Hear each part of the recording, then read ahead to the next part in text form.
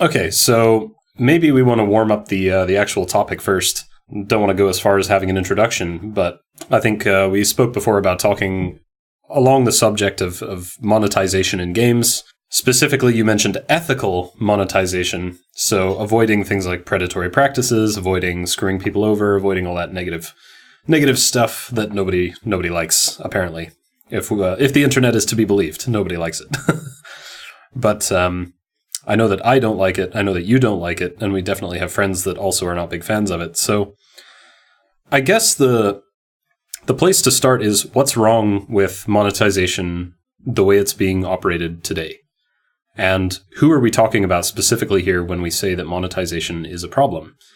Is it everyone? Is it the games industry at large? Is it just, AAAs, the big players in the market? Who is it? So to you, who stands out as the major offender of like predatory practices in monetization? And what would you define as predatory? Like just examples. Let's not, break it down into some big philosophical thing just yet. That's a great question. I think you can really break it down and say that everyone who does the predatory microtransactions is someone who wants to get the most money out of their customers, even though they know that some people will be actually put off by these microtransactions or, macrotransactions, whatever you want to call them. Mm-hmm. So in practice, I suppose that this is going to be mostly the big AAA publishers, where the CEO has a fiduciary duty to their shareholders to actually bring in as much money as possible and to take a look at new monetization methods that, seem to be taking in a lot of money. Okay. So basically where you're going with this is the people who seem to be the worst offenders, in your opinion, for monetization predation, if you want to call it that. The big offenders are the people who are really looking to maximize profit over the benefit to their customer base, or they want to benefit their shareholders more than you could call them stakeholders, really, in many regards. Yeah, I think that's what they are as well. So I think this reminds me of the video that you referenced from Kinda Funny, where I can't remember the presenter's name. I'm sorry. Colin Moriarty. Yes, that is the one where he makes the distinction between gamers little g and gamers capital G. Basically, there are people who play games as a hobby. And for them, they spend a lot of time, a lot of money, and so on and so forth. And then there are an awful lot of people who, I don't want to sound like I'm being, the gamer elite here, but there are people who play games casually, and some people do refer to them as casuals, essentially. And these are people who just play games to pass the time in a train station or something like that. They do, of course, represent monetary income to a greater or lesser extent, but these are not people for whom gaming is really important. I think it's that they could kind of take or leave it. For them, it's a pastime. It's not really a hobby. It's not a major source of entertainment for them. So essentially what you're saying is that the real offenders are the people who are functionally giving up these individuals for whom it's an important hobby in order to try and squeeze more money out of the market at large. They're trying to make the games more approachable from a wider demographic. They're trying to scoop in more of these casual gamers who will just kind of part with money without really thinking about it. And they're sacrificing the people who really maintain the hobby on the altar of that increased profit. Is that essentially... Yes. Yeah, okay, so that's kind of where we're going. That sounds about right, yes. Okay, so trying to look down my list of points here and see where this takes us, because I've got quite a few. So we've got who are the worst offenders, and I think we can probably both agree. I would say that I agree with you wholeheartedly that it's generally the AAAs. Not just because they make AAA games, but... it's sometimes it's the developers, sometimes it's not the developers, sometimes it's the publishers, because really the publishers ultimately are a kind of middleman type entity anyway. Their job is to drive a wedge between the developers and the consumers. They serve both nominally, but they're in it mostly to benefit themselves, and they don't really have a stake in the game on either side. They only want the money. So I think it's the publisher and the big shareholder. These are basically... I think the problem, probably a good way to put it, is instead of driving a wedge, they're driving a stake, really. Yeah. So I guess the next question is, who are they trying to benefit from in specific terms? So there were 3 terms that I wanted to break down just for the purposes of the discussion. And these terms are whales, dolphins, and is there a term for the third one, the people who just won't invest, or? I'm not sure. Sane people, perhaps? I don't know. Yeah, indeed, fair point. But I was actually going to say there's another under the sea term that we could use that might be quite apt. I was going to call them clams. Because they sit all the way at the bottom of the ocean and they will not give up those precious pearls for love or money. Yeah, that's actually a good one. Yeah, so I was thinking... I was going to go for fish, but I like the... Clams, yeah. Yeah, I like it a lot more. So, well, thank you. So, just to break this down for purposes of discussion, I think you get three types of people, essentially, when we're talking about monetizing games. You get the whales, and these are people who they will spend big. They get into a game, they get excited about it, and they will dump a ton of money on whatever they're into right now. Sometimes this is something they'll be into for several years. Sometimes it's a relatively short amount of time, and they become, disenfranchised with it very quickly or after a short period of time for whatever reason. Other times it lasts years, as I've just mentioned, but either way, they invest very heavily in whatever they're currently interested in. Then you get the second one, which is dolphins. And dolphins are usually defined by the idea that they occasionally come up out of the water and spend a significant amount of money, but they spend most of their time under the water where they're not really investing heavily if they're investing at all. I would put myself in this category where when I'm interested in a game and I see that it has great value to me from entertainment purposes and so on, or I really want to support the developer because I think they're doing something really great, I'm more than happy to spend money and to support that development. But I need to A, feel that it's worth it to me personally as a form of entertainment, and B, I need to feel that I'm getting value for my money. Even if I want to support something, I will not if I feel that I'm being screwed in the process of giving that support. I won't do it. So I think great examples of this, in my case, are games like Warframe and Dota 2, where I've spent a significant amount of money, even though you don't need to pay anything, technically. But for me, the enjoyment that I had of that game and the enhanced enjoyment that I gained as value for my money was enough that I felt it was worth it to make that investment. Whereas there were other games that, like Destiny 2, for example, which I spent a whole lot of money buying, don't enjoy it and have absolutely no intention of putting any further money into it. Like, zero chance. Not going to happen. And then you get your third category, which is clams, as I'm calling them. And these are basically people who, if you can earn a reward in the game, they will play the game to get it. If you can also pay for that reward, they won't even consider it. And I think the ethos that I've gained from talking to Lilliputter, our friend, this is actually kind of interesting because we have a pretty even representation in our little group here. And we all play together, so we can share perspectives a lot. But the ethos that I've kind of gleaned from what Lilliputter has said is basically, if he likes the game well enough that he wants those things, then why would he not play the game to get it? Why would he pay more to play less if he likes the game? And if he doesn't like the game well enough, why would he pay for a game he doesn't like? If you start to put in microtransactions or content that you can unlock by playing the game, there's another question that really comes up, and that is my game actually fun? Yeah. Why would you want to buy a shortcut to something that you could unlock? Yeah, why pay more to play less? Exactly. Yeah, and I guess the response there is, if the rewards are random, then it makes sense to just buy stuff outright, because otherwise the investment and time that you need to do to get the item is too high, perhaps. Yeah. Mm-hmm.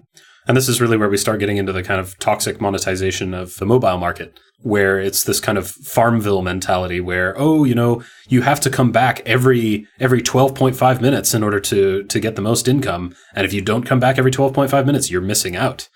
And that's just such a pain.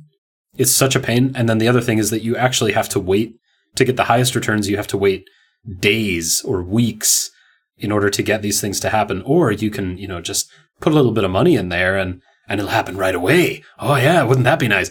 And you're thinking to yourself, okay, but this actually kind of leads to the next point where I wanted to talk about real value versus perceived value.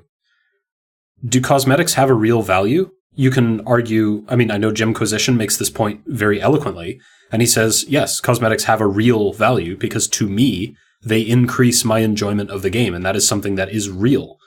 I am a real person, and my enjoyment is a real thing. But the counterpoint that I would make is, let's talk about the debate between content versus cosmetics. do we like cosmetics? Would I rather look like a total badass, or would I rather look like a homeless person? Well, most cases I'd rather look like a badass. So, and I think probably a lot of people could get on my side with that. But at what point do we draw the line between real versus perceived value, and when is it worth paying for? When it comes to cosmetics, I'm really torn on the subject, because I think you could put cosmetics in the game as a reward for being really good at the game, accomplishing certain things in the game, which games have done historically. And then when you wear your badass suit, it doesn't feel like you cheesed your way or bought your way to looking epic, but instead you worked hard or accomplished something really nice, and now you have this epic skin to show off for it. Yeah. So now you have a sense of pride and accomplishment. Exactly. A sense of pride and accomplishment. Yes, indeed. Well, and it's kind of sad that that's become, such a trope or a meme, that sense of pride and accomplishment, because that, to me, I agree with you. I think that like putting skins away behind something like achievements is really good, because you have this kind of badge of honor in a sense where you're like, oh yeah, I did that thing. I mean, I can recall playing StarCraft 2 with you guys recently, and you both have this, you and Lilliputter both have this avatar that illustrates that you have completed all the unit micro challenges and things like that. And that's something that you guys are happy about. You're proud of having achieved that. Not in a sense like, oh yeah, I'm all grown up now, but just it's a cool thing that you did. And you have like a key ring basically that you bought from the gift shop to show for it, essentially. Yeah, it's a nice memento of, having spent quite a few hours on the StarCraft Master Challenge, and then feeling actually accomplished after having completed this challenge, and you get a reward, and it's nice and cool. And when you see somebody else who has the portrait, they have accomplished this as well, so they're like potentially dangerous and good. Ah, right, yeah. So there's an element of kind of shared history as well. Like, hey, yeah, we've both done that. That's cool. You have something in common. Yeah, that sounds really awesome. So, looping this back to our main topic of monetization, then, where we're talking about skins and things like that, and you're saying that you really like having the skins, but you like them to be behind, achievements and things like that. Now, because I have the benefit of knowing you personally, I know that you don't just like to do it well. You do like to look good while you're doing it. I think a lot of people have that in common with you. You're definitely not alone there, if the Steam hat sales are anything to go by. But yeah, you're definitely not alone there. But so where would you put yourself, returning to our scale of like whales, dolphins, and clams? Like, we've talked about this before, but where would you put yourself on this scale? Yeah, I'm not rich enough to be a whale. Okay, so you're not a whale. Yeah, I would say if you're a whale, you have spent more than $1,000 on a game. Wow. I think that's... so that's a high bar. That's a high bar, but that's at least 1% of the user base. Yeah, yeah. I'm sure. I read an interview, and this was on Mass Effect 3 multiplayer, I believe, where it wasn't uncommon for people to have spent $15,000 on the multiplayer. What? Yeah.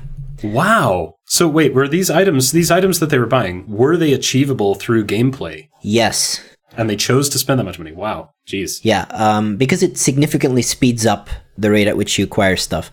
So the way Mass Effect 3 multiplayer worked is the same as the new Mass Effect Andromeda's multiplayer works. Uh-huh. You have a basic set of kits available to you. So those were like the basic human classes, Vanguard, Biotic, Tech class. And then you had a bunch of unlockable races like the Geth, the Asari, the Solarians, and you would find these classes and their kits in drops from loot chests, essentially. So as you played and completed missions, you got credits, and you could use those credits to buy the loot boxes. And a lot of people really liked Mass Effect 3 multiplayer. I loved it as well. I think I spent a bit of money on that game, but definitely not 15K, I must have spent 40 euros, I think, on boxes. And you could buy what they called premium Spectre packs. Those boxes took the longest to grind for, of course. Yeah. Okay. But they also gave you the best rewards. But it's still like a slot machine, basically. Yeah, but one of the key thing that I thought was interesting, and when you look back at it, it's kind of fucked up, is that some of the items in the multiplayer, like the rocket launcher, were actually consumables that also dropped in crates. So if you wanted to actually complete a mission on the hardest difficulty, a thing that I've done countless times with a bunch of friends as well, you would need to have your entire team buy these equipment loot crates as well, so that you would have enough missiles for when the toughest enemies would come, because then you would be able to use the missile to insta-kill the big bosses. And at higher difficulties, you have to use these because you cannot conventionally defeat them. Right, okay. So in a way, it is actually pay to win, because you've got to buy these equipment crates. You've got to get the rocket launchers in order to do the high-level stuff. Yes. The thing about the equipment crates is they're not super expensive, but they'll still take a chunk out of your credits that you earn from playing the game. So it's a way of sapping your monetary strength so that you're more likely to spend real money, essentially. Perhaps, yeah. That might have something to do with it. Okay. Well, it would definitely deflate the value of the currency, that's for sure, because you have to spend it on other things. Yes. Now, to be fair, you will also encounter rocket launchers, like rocket launcher ammo and stuff in these premium boxes, I believe, as well, but far less frequently, because the boxes will usually give you better content, like the kits. Well, yeah, but the fact that can even drop at all really doesn't sound fair. I mean, not only is it kind of a quote-unquote lower-tier reward, but on top of that, there's also the fact that it's consumable. This reminds me very much of the sprays that you can get in loot boxes from Overwatch, where they're basically fodder. 99% of them no one cares about. They're essentially just in there to water down the other rewards. I mean, I would say that it's pretty straightforward that they're in there to water down the other rewards. There's just so many of them. So, okay, so you wouldn't call yourself a whale? No, I would not. Would you put yourself on dolphin status, or? Yes. Okay, so are you squarely in the middle of being a dolphin? Are you a dolphin whale? If we can hybridize these, where would you lean? I'm a dolphin clam. You're a dolphin clam. Yeah. Okay. There's certain games in the past and in the present that I'm willing to put money in, but only if I feel that the monetization mechanism is not too crazy, right, not too harmful. So this takes us to another point that I'd like to touch on in a minute, but please go on. Yeah, so basically, for instance, now I don't buy Hearthstone packs anymore. I used to play the game a lot. What I found is that Blizzard was putting out too many expansions. They completely killed the single-player content, or the single-player expansions that you could buy. And they really kind of increased the money that you need to put into the game to keep up with the game, in a way. To the point where I was no longer willing to invest the money in the latest expansions to say, look, I'm going to keep playing this game. It was too much. And I already felt that the price was a bit high before all of those changes. Because if you want to have even, 2 or 3 legendaries of the newest set, and, some of them are really good if you want to play competitively, or even if you want to just play casually, there's always going to be people who have, spend a lot of money and will, beat you a lot. Or people who have just gotten lucky, or they play an obscene people who have gotten amount. Lucky, yeah. I just didn't enjoy the game much anymore because of all the changes they were doing. Yeah. And then the buy-in price was getting too high. So I said, if I want to totally waste my money, I'll buy magic cards, and then I have actual cards to show for it. Yeah. See, this was kind of getting to the heart of the question that I started this off with. I figured that was the case. Real value versus perceived. Yeah. Yeah. And I have a kind of follow-up question to this, I guess. If you're going to waste your money, you're going to go and buy magic cards. Now, magic cards... It's not a waste, by the way. That was a bit of a joke, because I actually have some magic cards. I don't play the game, but I every now and then I take the cards out, I look at the art, I go through the collection. It's a fun thing to do. I don't have the same feeling with Hearthstone. No, of course not. And of course, if the game ever shut down, you wouldn't have anything to show for it, would you? And when I pick up my Magic cards, I don't automatically get reminded that there's new sets available. It's not like getting shoved in my face when I open up Hearthstone. It's like, look, we got new expansion and buy more. That I don't get that when I pick up my deck from 5 years ago or whatever. Sure. Well, see, this is kind of where I was going. When you buy Magic cards, I think there are fundamental differences between those and the loot boxes. I don't know about card packs in Hearthstone, but I know that in Magic cards, you're guaranteed to get a certain number of commons, a certain number of uncommons, and a certain number of rares. And there's a smaller chance that instead of a rare, you'll get a mythic. But you are guaranteed, even if it's not the best rare in the world, you are guaranteed to get some rare in every booster pack. But I don't feel that there's the same guarantee in loot boxes, like at all.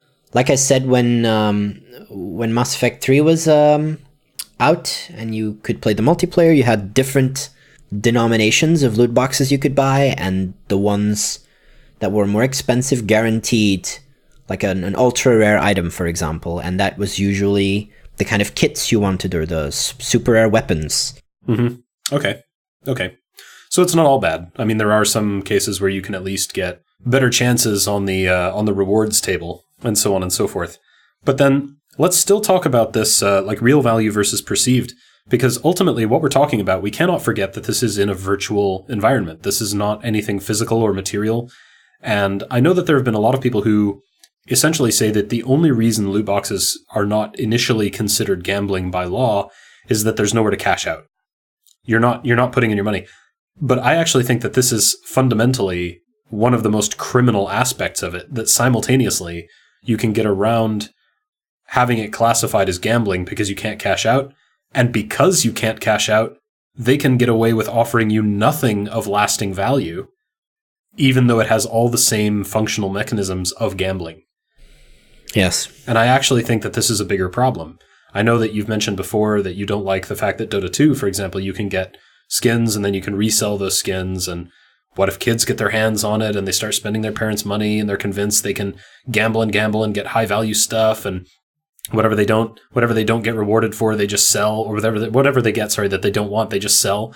And that's negative in the sense that you don't want your children to gamble. But I think if we're assuming a certain degree of responsibility on the part of the player, like, ignoring the specific case of children being targeted, which they are, but we'll get to that.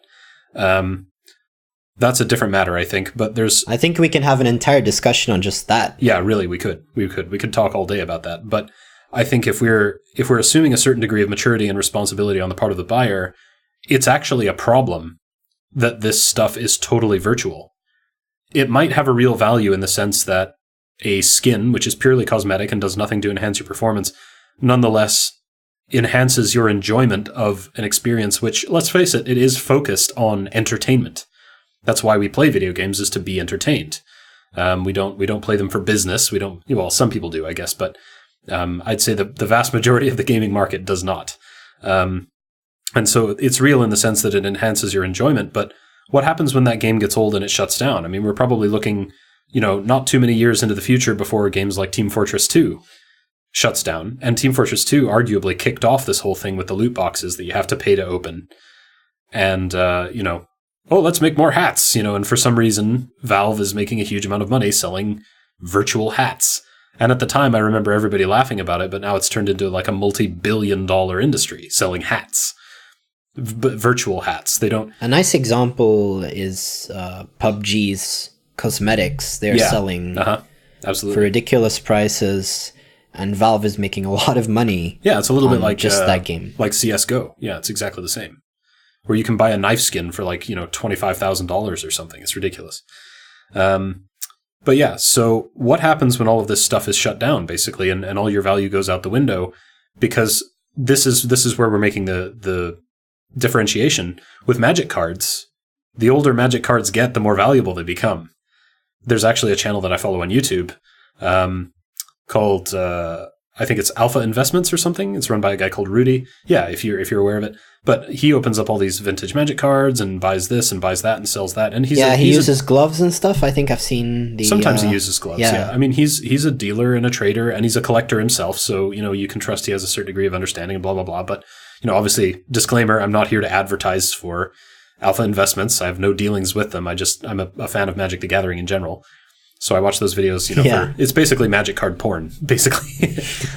Yeah. But yeah, so... I think the example that everybody knows is how much a Black Lotus card is worth nowadays. Particularly like a signed one or, something like that, yeah.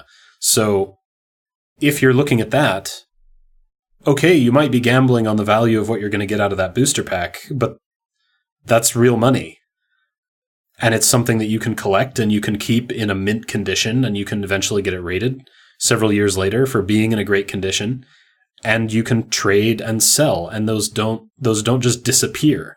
If they're not worth much, it's because the game is not popular or something like that. If we're looking at other examples besides Magic, you might be looking at the smaller scale card games that have not really taken off.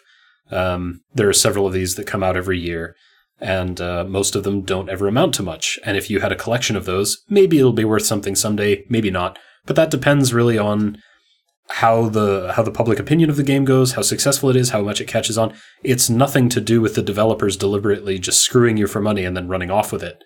And when the server costs get too high, they shut it down and leave you with nothing. What are we really buying with our money here? Yeah, that's an excellent question. People have posed this question about their digital game libraries as well. Yes. What happens, when they shut down the store and you cannot re-download your games? Well, yeah, like what if Valve decided that it just wasn't going to exist as a company anymore and it was just going to dissolve? I mean, I know that's probably pretty out there, but what if, Geez, like I would have literally almost no games. I would have to probably go back to the games I bought pre-2007. I mean, that's crazy. That's a long time ago. I think it's a bit out there. Definitely that example, but I can tell you of a real life example that I encountered. Okay. I think last year, Nintendo shut down the Nintendo DSi shop. Oh, right. Yeah. So this is for the Nintendo DS, which was released in, I want to say 2004. I don't remember. Yeah, sure. But they did not have a store until the DSi a couple of years later, and that was basically the precursor to the eShop that we have today on the 3DS and the Switch, and the Wii U. There was not a lot of interesting stuff on that store, but there were a few, I want to say, of the bigger titles up there, like Dr. Kawashima's Brain Training, for example. I think there was a light version that you could buy or something like that. Right, okay. And when I purchased a vintage DSi, I knew that the shop was closing, so I made a last-ditch effort to buy like 2 games that I wanted to have that were only available digitally. So I have those on that device, but I will not be able to re-download them ever again.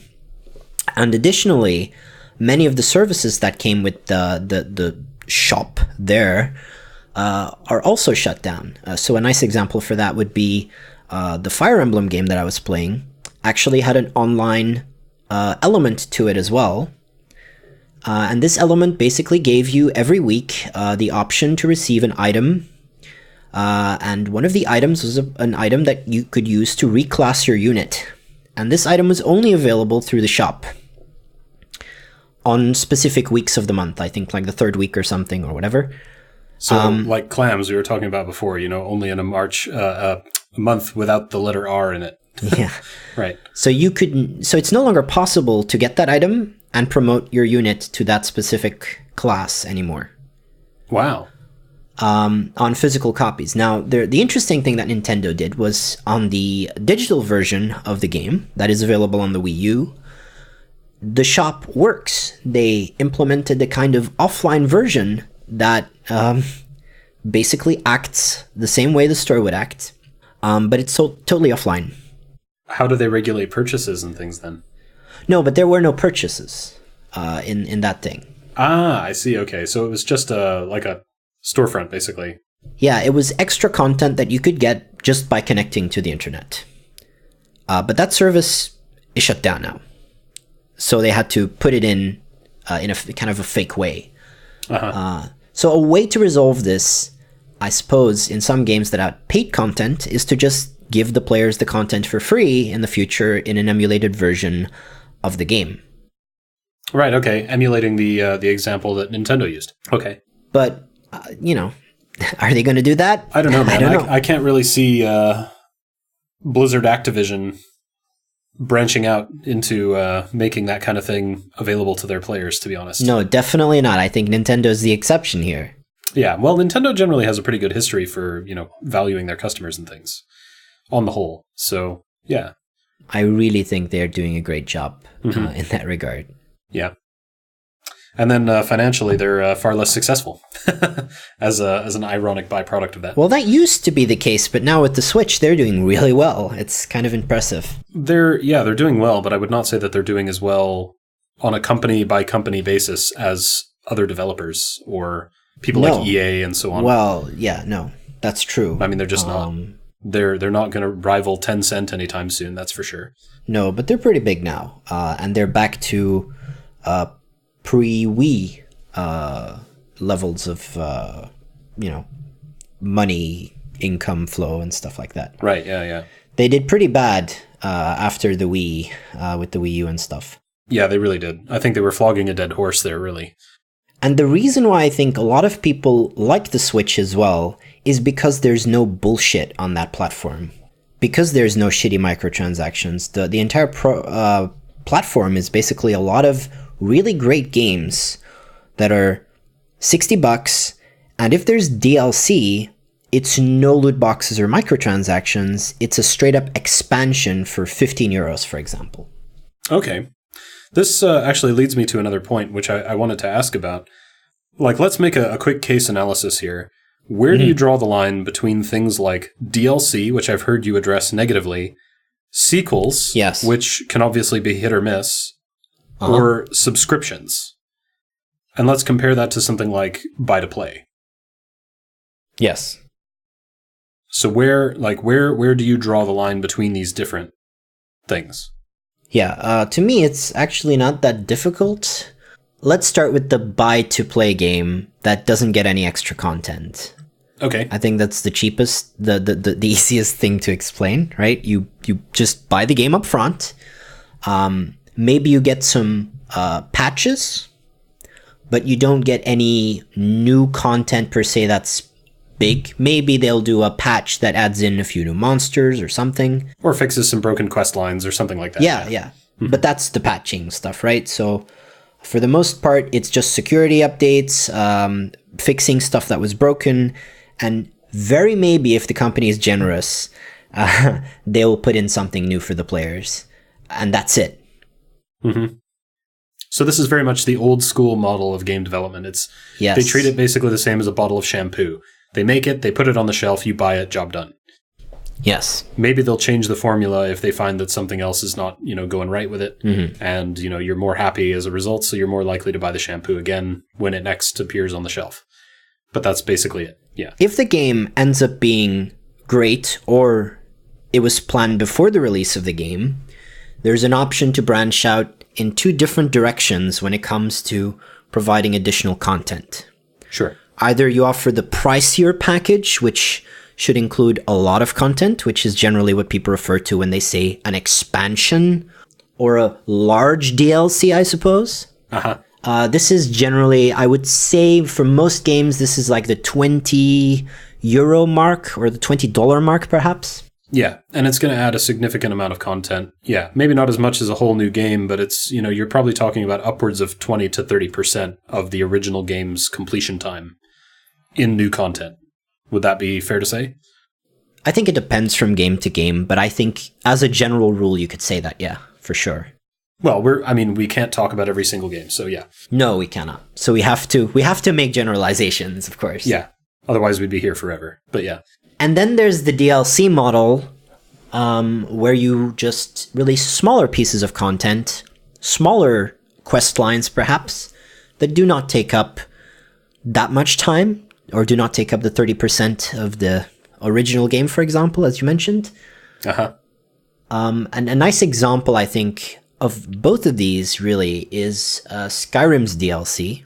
Skyrim had the bigger expansions, like I believe it was Dawnguard, that introduced the Vampire quest line, which was a sizable quest line with lots of new locations, things to explore. They also released an expansion where you return to Morrowind, which was a new landmass with tons of new places to explore. So that's kind of the pricier equivalent. They didn't call this an expansion, but they could have, I think, because it was sizable chunks of content. Okay. And then there was Hearthfire, which basically was a $5 DLC that gave you the option to buy a plot of land and you could construct your own home. And it was very limited with a single quest, but you had a nice home. And it was a cool piece of content. But that was clearly DLC as a smaller chunk, and then the other was a bigger chunk. Okay. So do you think that these are, not forgetting here that our main case in this topic is monetization, how to do it, how not to do it, and so on. Yeah. So do you feel that any of these is okay as long as they're offering good value for money? Like you can use a subscription for an ongoing game. You could use DLC for a game that you want to just keep expanding on, or expansions as you talk about them. Yeah. Or possibly sequels to a game.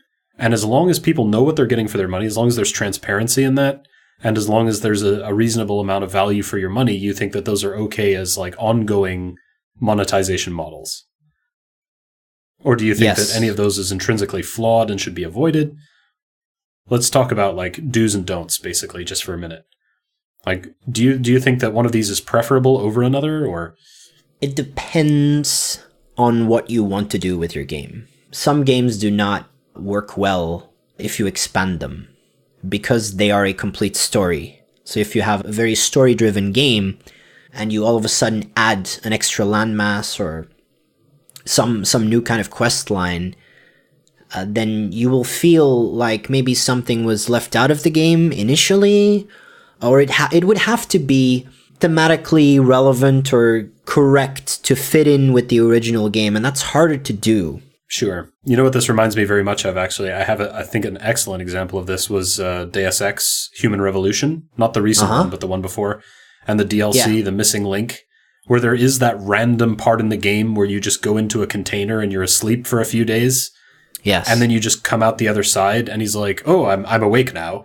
And you're thinking to yourself, but why was that? Why did that happen? Why was there a blackout there? That didn't make any sense. And then they released the DLC sometime later. Oh, but what happened during those 3 days? Find out now. And you're like, oh, right. Find out now. And then, you're on a ship. And yeah, right. Okay, whatever. What's interesting is that they actually integrated that quest line in the original game.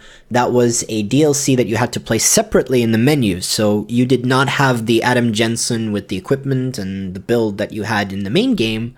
You started off from scratch. And with the Game of the Year edition that they built, they actually integrated that storyline into the main game. So it doesn't feel as disjointed, but it definitely didn't feel right when they brought that out. No, that's true. Well, see, I only ever played the Game of the Year, but even I found it really strange because I had actually completed the vanilla game before the DLC was released. And then I upgraded to the Game of the Year version much later and went back and played that one mission in isolation. So I kind of got that experience anyway, even though I had Game of the Year.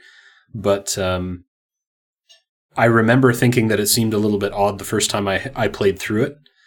So, yeah, I think that's probably a really good example of what we were talking about.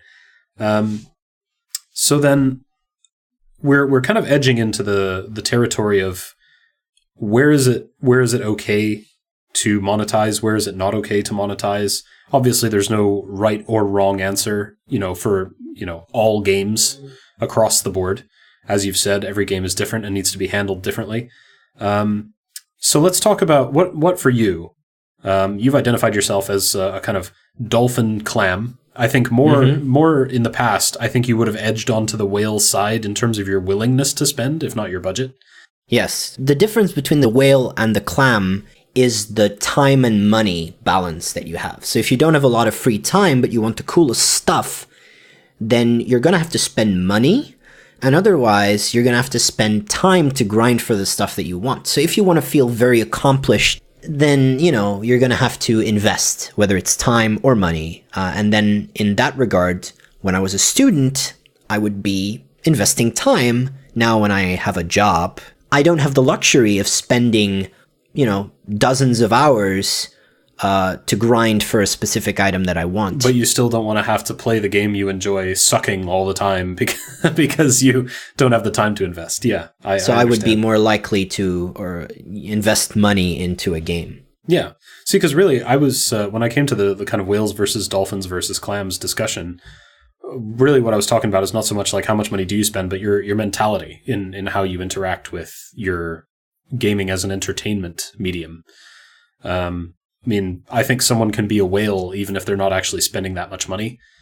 It's their mentality. Like they might be spending a lot of their income if they're working a minimum wage job, but they're spending, 30% of their income on rent, food, basic, human needs. And the other 65, or of the other 70, 65% is going on games.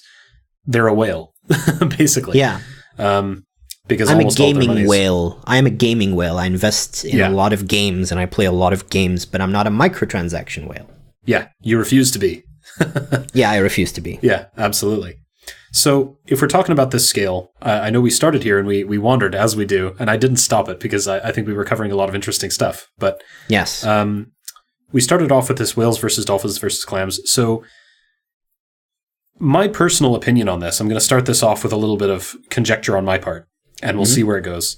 Yeah. I actually think dolphins are in the middle. And if dolphins was everybody, basically, if everyone was a dolphin where you would invest a reasonable amount of money as long as you feel like you're getting value for it and you enjoy the game, I think that the industry would be a lot less prone to having the predatory monetization methods that it does.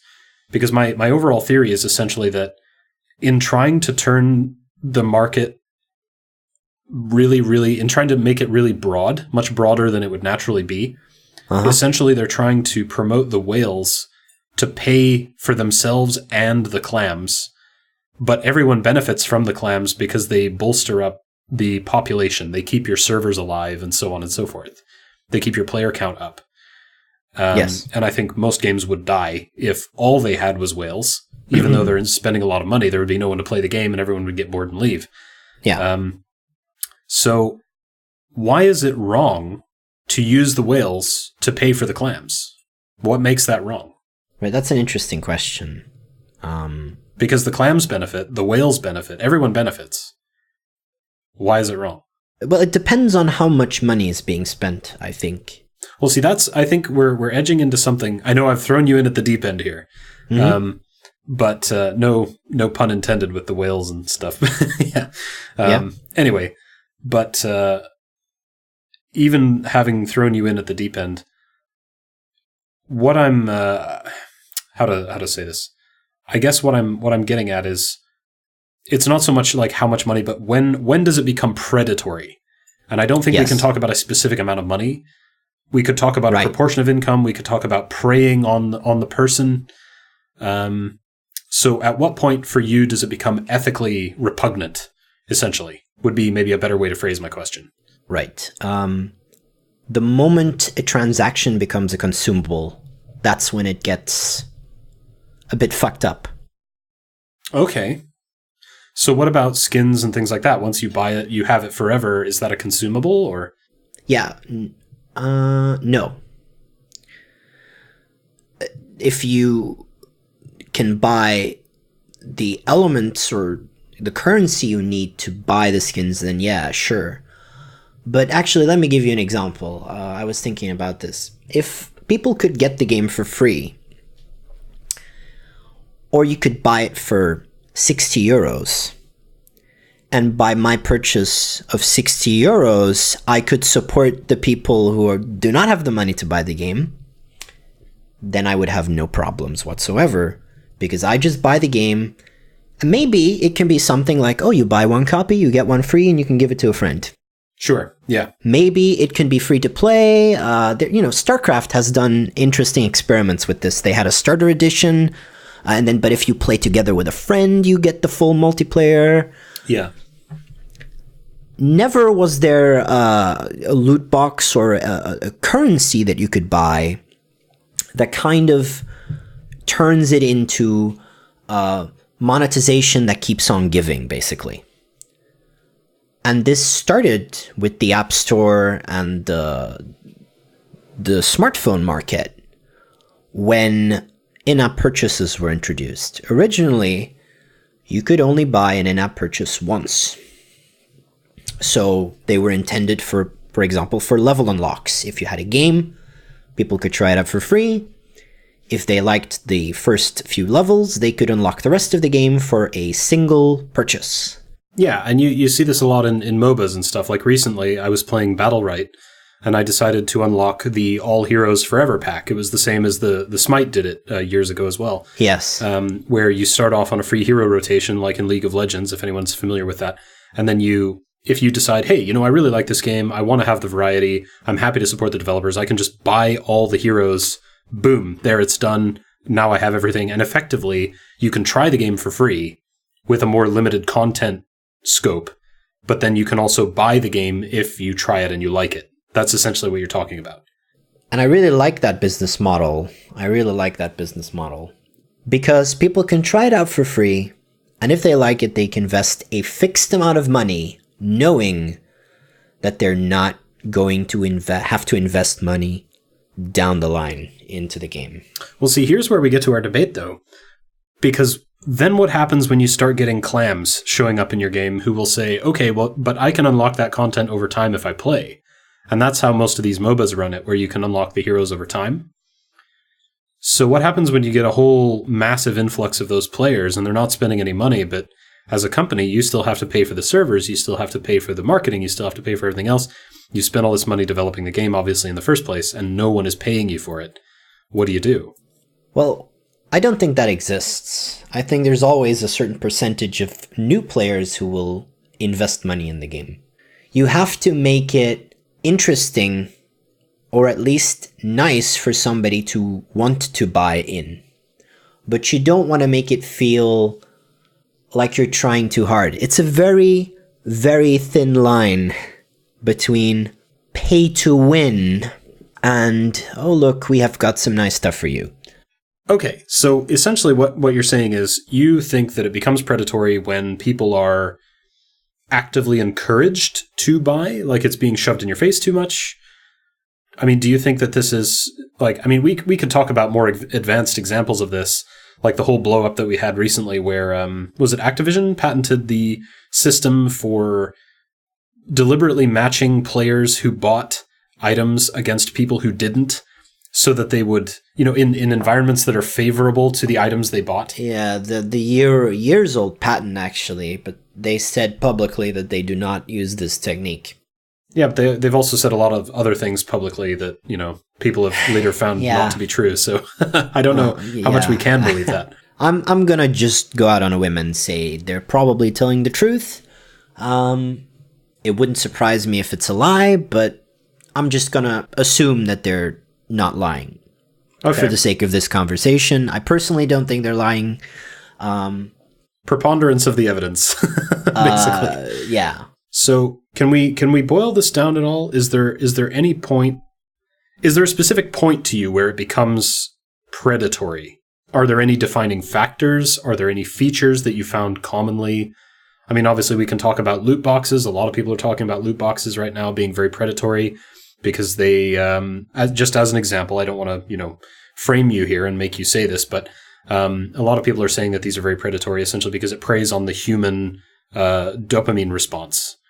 Essentially, like when we take risks and things like that, our body says, yes, you need to pursue this. Physiological factor, yeah. Uh-huh. So you're essentially preying on an involuntary physiological reaction in order to encourage people to buy things that, if you ask them about it objectively, somewhere far, far away from any contact with this, they might realize that it's bad value. Which is not entirely a very uncommon thing. It happens in many industries. It happens a lot with marketing as well. Lots of subconscious manipulation going on that people don't necessarily realize until they really start thinking about stuff. But the fact is, and I think the reason why video games are a bit of an issue and why I'm worried about this is because you could be spending a shitload of money on these things and have nothing to show for it in real life. So again, this comes back to it's a digital thing, part of the conversation where there's no physical object or reward or whatever available to you, even though I could have invested thousands of euros for my digital games library, and I would have nothing physical to show for it. Sure. I could have bought a car, right? Yeah. Some people will spend thousands of dollars on their favorite game, and this is a very small minority of gamers, right? Some of which who do have the money. Maybe they come from a rich family. Yeah. And some of them who don't. They might be living in a college dorm room and they get a little bit of money from their parents every month and they spend all of it on their favorite game. Yeah, absolutely. This is again where you could say, well, if the rich guy has $50,000 to spend on this game, that's not unethical to have him spend that, right? Yeah, that's essentially the difference between selling him a sports car and selling him a modestly priced family car. Yeah, right. There's arguments to be made for both sides there. Sure. But when it becomes financially ruinous. Yeah, when it becomes financially ruinous for that college student, for example, that's when, you kind of have to think, we wouldn't have had this problem if the game was just $60 up front and maybe we released a bunch of DLC. There's people who get really obsessive about wanting to collect all the stuff in a game, who want to do completionist playthroughs. It's definitely a small minority, but those people exist, and those people can be exploited because they have an investment in the game. Maybe it's because they've already spent a lot of time on the game, and now that you've added in microtransactions, they're more likely to be spending money because they feel like they've enjoyed the game already a lot, and they feel like they want to give back. They can justify it, yeah. They can justify it to themselves, and maybe they're lying to themselves. Sure. Well, yeah, I mean, I've had an experience like this where, I've bought, probably, just for our listeners, I live in Great Britain at the moment, even though I'm obviously American, if anyone can tell from my accent.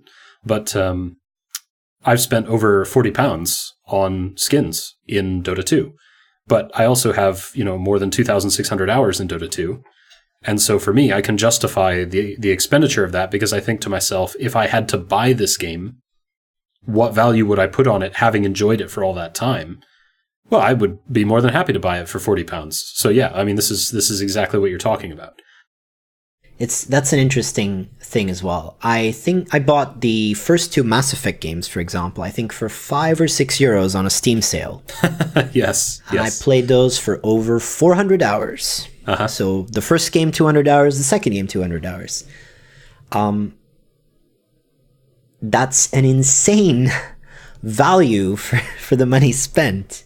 Yeah, it really is. And then there was the third Mass Effect that I bought at launch, and I bought a bunch of DLC for it, and I bought a bunch of packs in the multiplayer.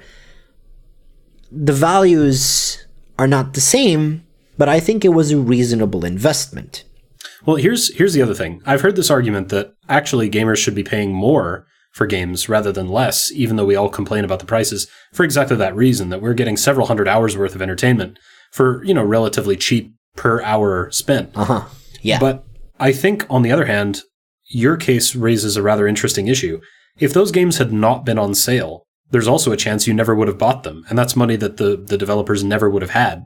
I certainly wouldn't have. Yeah. And if you hadn't had those, and you hadn't had the positive experience with them that you did, you never would have spent that extra money on the third one as well. So this is essentially the idea that by practicing good business ethics, you don't poison the well, and then the well will keep giving you water. Right. This is why you don't or shouldn't go after pirates too hard, because people will be pirating your games or your movies, but there's also the possibility that they'll become a fan and really invest a lot of money into the franchise that they just found. Or at the very least, they'll be talking with their friends and family about it, which is effectively free and advertising. Sharing it, yeah. Free marketing. Yeah, I heard about this. The process in the industry, I believe, is referred to as seeding. Yeah. It's the idea that kids on the playground, one kid buys a game, and then you find that 50 other kids buy the game a week later. and it's the idea that this person has passed around this game to all their friends on the playground. And although you haven't gotten any money from them passing the game back and forth, sooner or later, they're going to get tired of passing it around and people are going to start buying it. Yeah, if you want to talk about free PR and free marketing, just look at streamers. That's what they do. PUBG is only popular because it was streamed a lot and then because people wanted to share it with their friends and play together. Yeah, I think I know somebody actually who bought all of his friends PlayerUnknown's Battlegrounds actually. Yeah, might be talking to him right now. Haha, yeah. Yeah. Man, that was... Actually, yeah, we need to go back and try that at some point in the future. Just as a quick aside, now that my computer is no longer being slowly gangbanged by all the applications on it, courtesy of Windows. Yeah. Killing me softly with my own apps. But that's Windows, and that's a conversation for another time. Exactly. So, okay. So, getting back to where we started, once again, why is it wrong to maximize profits or to have whales pay for the clams? They both benefit from each other. So we've talked about why predatory pricing policies, taking advantage of people's nature, making it financially ruinous. I mean, for the person, as you said, who has millions of dollars, who cares? They can spend it. It makes no difference. In a sense, it's a victimless crime. Yeah. But at the same time, there are many people who are not in that position financially for whom it is ruinous. What kind of, we could ask ourselves what kind of onus the developer has to make sure that their customer base is financially responsible. I mean, you could say that it's the individual's responsibility, and I don't see any way of regulating that really. But so why is it wrong? Is it just because you're concerned that because of these consequences? Yeah. Because of these, so you think it's wrong for the whales to pay for the clams because the clams essentially have greater self-discipline, and the whales are part of a small population of people that just either they don't or they don't want to have it. Right. Okay. So you feel it's predatory essentially because you're preying upon a few people who struggle to regulate themselves. And I know like Jim Quisition has mentioned this several times as well. Like he has trouble resisting in-game purchases because he enjoys the game. He wants more. He wants to play it. He wants to have all the skins. I think everybody has difficulty resisting that. I remember. Yeah. One of the conversations of the then EA CEO. It's not the current guy, but the one before. Oh, was this the guy the reload? Yes, I was gonna bring that up. So when you're in the game and you've put in your credit card details and you're having a really good time, and a pop-up comes up as you're about to reload your gun, do you want to pay for an instant reload or something like that? People are gonna bite. You've slowly chipped away at their defenses, and in almost all of the cases, people are gonna just take the bait. Yeah. Yeah, man, let the good times roll, basically. Exactly. Right. So, because, I'm having a great time. Why not? I mean, this is great, right? I mean, I've gotten 50,000 hours of entertainment out of this game. Why shouldn't I be, giving these people money? Yeah, and of course the adrenaline highs are surging, and yeah. Exactly. Yeah. Okay, so essentially what we've boiled this down to is gambling is bad. Well, it's not just gambling, and though. Gambling is good as well, We're talking about different kinds of monetization. It's not just loot boxes. But there's also things like, buying the DLCs, and there's all kinds of peer pressure, I think, that surrounds that. But essentially, I think what we can agree on is that the reason it's wrong to maximize profits using these methods is that they essentially exploit human nature in order to do things to their own customer base that are not, or they're harmful to the customers. Essentially, like you're teasing them into spending more money than is reasonable, not in the sense that they're just spending a little more. It's like they're spending a lot more. Yeah, and this is actually to their detriment. You are deliberately sucking money out of people as much as you can. Yeah, they're not. Yeah, exactly. And the repetitive nature of the microtransaction, whether it's a loot box or just more and more content. Especially if you can keep buying new stuff with no limits, that's where it becomes a problem. So I remember when you were saying the different monetization models, you also mentioned the subscription model, right? Sure, yeah. I don't think We talked about that very specifically. No, we didn't. But I like subscription models because you pay a flat rate for something. Yeah. Well, and I think also, from the perspective of a fixed subscription, it's reasonable for you to pay for the ongoing server costs and things like that. I would not call that exploitative. And it's not paying for power or paying for a cooler looking character. Yeah, and maybe there's a subscription that gives you some benefits, like you're a gold member or whatever. I'm fine with that too, because there's no way I can buy that same subscription 90 times to get a significant advantage over other people. Don't say that on the internet, man. It'll happen. It'll happen. Yeah, we'll have loot boxes as subscriptions. I could buy 90 accounts, I guess, and then do it that way. No. What I was thinking is you buy a loot box that gives you subscription time. Wouldn't that be a nightmare? Oh yeah. Like, could you imagine? Could you imagine getting on a train and you buy a train ticket, which is a scratch card, and it tells you how far you get to go on that ticket, and you just have to keep buying more until eventually you get there? Oh no, we're gonna have to cut that out. The public transport agencies are gonna get ideas, man. Well, you say that, man. There's a monopoly on public transport here in Scotland. Like, yeah, it's pretty bad.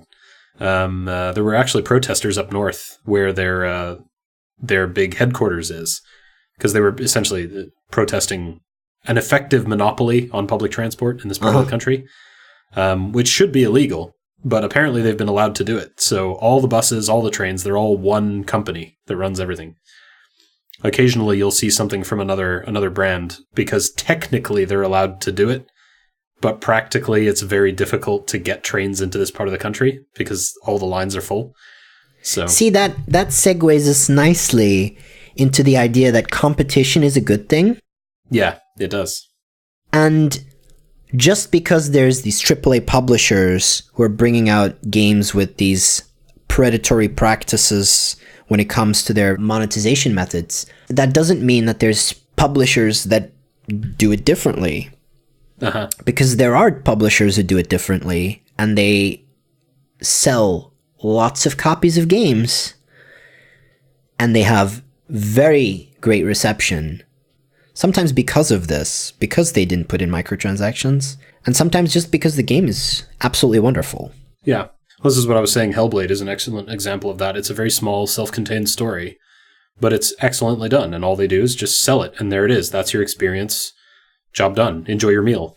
The interesting thing about Hellblade is also that it's a AA title in a way that we haven't seen any AA titles in a long time. Yeah, that's very true. Well, the market, I think, has been polarized by the existence of these huge, giga corporations running the show. Yeah. And so I feel like at the moment, almost everything is compartmentalized into indie and AAA. And there doesn't really seem to be much in between. And Hellblade really does hit that nice balance. Exactly, yeah. And it got a lot of achievements and awards for that, too. Well-deserved, I might say, so that's wonderful. I hope to see more of those in the future. I think those are probably hard to make, though. I would bet that they're made on a shoestring budget, and it's probably a lot of passion that goes into a project like that. I would say that maybe some of the indie titles that get bigger, you could actually put into that category as well. Yeah, that's probably fair, I would say. I think indie gets thrown out a lot, but I guess the reason why people call it AA is because the company was associated with Sony, and they worked together on that project. So that's why. Ah, okay. So they probably got a bit of a leg up there. Yeah. Which is not. I mean, I'm not demonizing that. I'm not vilifying it. That's not. If you need to get some financial backing to make your dream project come true, and it does, and then everyone really likes it, then I see no losers in that situation. Yeah. Sometimes you have to take risks. Yeah. Yeah, that's true. And if you're a big company, all you want to do really is minimize the risks. So any additional revenue streams you can add to the game is a nice thing to do. And I understand why companies do it. It makes sense from a business point of view, but from an ethical point of view, from a human point of view, it seems just a bit wrong. Yeah, some of the practices, and I think that is the key thing there. I get it why they do it, but somehow, it's screwing over people. Sometimes they may realize it, sometimes they may not. Yeah. And I just wanted to take a quick moment here to say, for anybody who's listening who doesn't, know us personally, obviously, I don't think either of us, I think I can safely speak for both of us, tell me if I'm wrong, but I think I can safely speak for both of us when I say that neither of us is against the idea of turning a profit by, producing something of value and selling it, at a profit. I don't think that either of us is against the idea that you have a dream, you work hard and you make it something and then you sell it to other people and you get rich off the idea. In fact, I would not be opposed to people increasing the price of a video game in order to avoid having to put in other methods of monetization. Okay. But where would that fall with smaller scale developers? Because not everyone is in the position to make AAA level games. Not everybody has the financial backing. I remember when I was talking to you about the future of Horizon Out of the Ashes, my role-playing game that I've designed. I remember when we were talking about this and I said, well, I want to make it totally free. And this is kind of a different thing with some role-playing games because they like to sell you the rule book. And that's how they make their money. And effectively, you're buying a video game. That's essentially what you're doing there. And I said, no, I want to make that totally free. And I want to have a kind of semi-subscription-based model where you buy story packs and stuff like that instead. And you can always opt in or opt out. And I remember you saying very distinctly, well, you have to make it free because you're competing with so many alternatives that it wouldn't be viable if it wasn't free. So where does that leave other people who have an idea, but they don't have the financial backing? You can't, if you're a no-name studio, you can't just come out and say, we're charging $60 for this. Or do you think it would possibly work? Is the internet, good enough at publicizing success stories that it would eventually spread by word of mouth, or? See, I don't think it's a viable thing to up the prices on all video games because customers are not just going to accept that. No, that's true. If overnight you could up the base price for video games by, let's say, $50 even, and remove all microtransactions in every game ever, I would take that reality in a heartbeat. Yeah, but for those of us who haven't bought any loot boxes in Overwatch, that would essentially be a $50 markup. I don't think I would be happy to just drop $50 on top of what I already paid. I mean, I wouldn't. How much did I pay for Overwatch? Right. I don't think a lot of people are willing. I think people are going to buy less games. Well, essentially, that's really where this nightmare has come from, essentially, because they're trying to make every game approachable. Yeah, that's why it's important to do sales. For example, the PlayStation Store didn't have frequent sales back in the day, so I'm going to say pre-2014. Mm-hmm. Yeah. But when they started doing sales, I was more interested in saying, okay, I'll spend the 15 euros on this game that I normally would not buy because it was priced at 60, 70 euros. Sure, absolutely. And, Steam did the same thing. I don't think the discounts are as deep as they were originally. On Steam, when they first started doing the discounts. Oh, yeah, man. I can remember the crazy business, like that whole meme with the Attack on Titan anime. And, there's price tags flying in over the castle walls and it's at 50% off. No, don't buy it yet. It will go lower. It's just my gosh. Yeah. Now, it's interesting because maybe I'm wrong there and they haven't actually gone lower, but you got the impression that prices could drop lower because there were these elements where there were timers, and then for the next 12 hours, these games are priced off at 75%. And I can remember games at 95% off. Yeah, it was crazy. Oh, yeah, that's true. I remember sitting...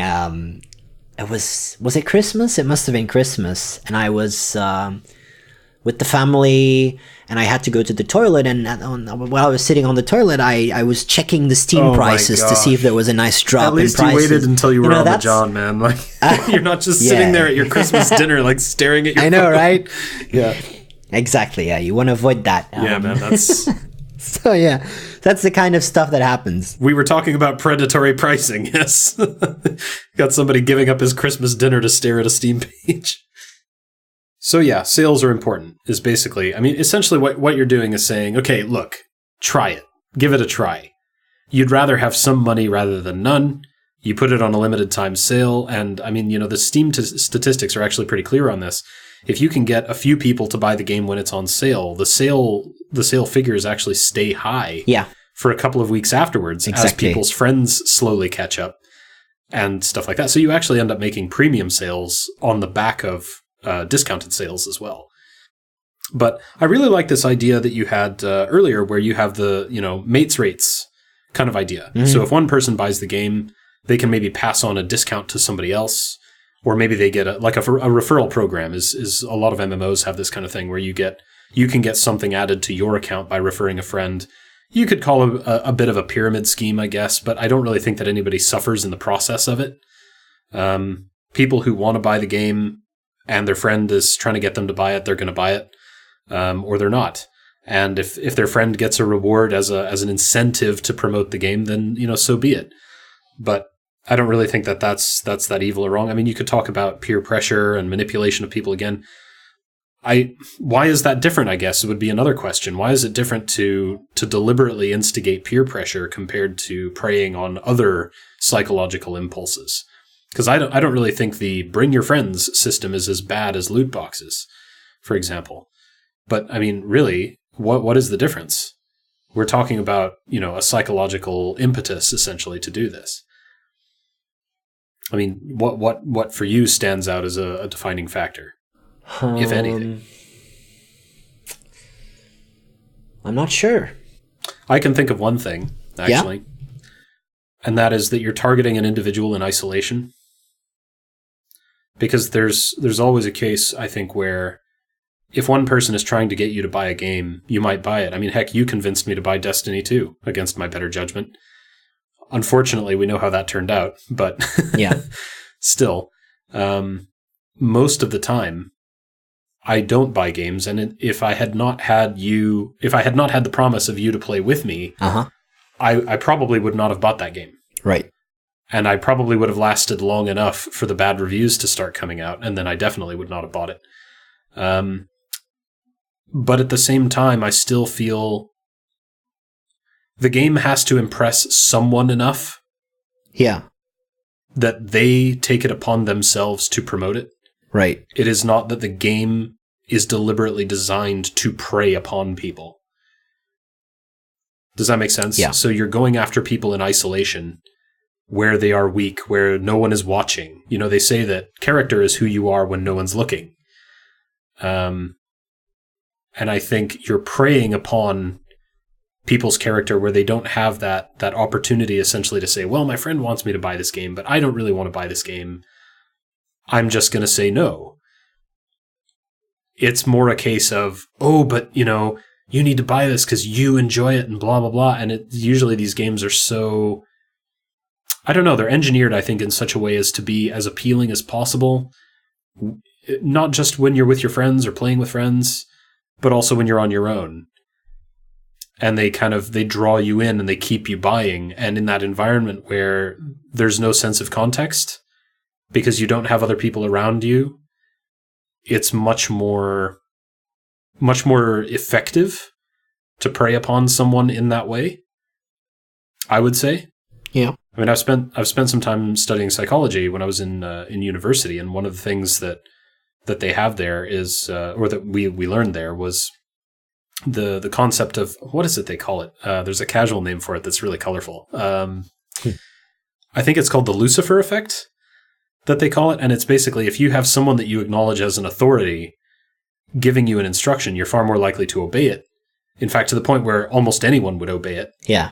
And I think when this game that you enjoy pitches these things to you, in a sense, that is a kind of authority that you've promoted yourself because you like the game and you believe that the game is good. And so it says, oh, this is a great deal. And you believe it. Buy now because you're getting good value, or you could win. And I think this is the same kind of influence. And you just don't get that from a friend because you know a friend on a personal basis. They don't have that kind of power over you. Yeah. I don't think, anyway. At least probably most people's friends are not, freaking Mr. Mephistopheles or something. Right? But, I don't know. What do you think about that? Do you think it's more predatory because it's targeted at people through the game, directly, or do you think it's worse that it's targeted through your friends? I mean, I know that targeting through people's children is one that I'm sure we could agree is predatory. If you know what I'm talking about, like you target a product at people's kids and the parents' money will soon follow. Yeah. Because I think that's pretty bad too. But yeah. I think you may have a point there. Am I wandering too much? No, I think it's in line with the conversation for sure. Okay. This depends really, I think, on a person-to-person basis, because some people really are bad at saying no, and some people that's also true. Don't have a lot of difficulty declining stuff. Like me, for example, I would be more resilient to such things. I always... Which things are you addressing specifically? Peer pressure. Okay. Specifically.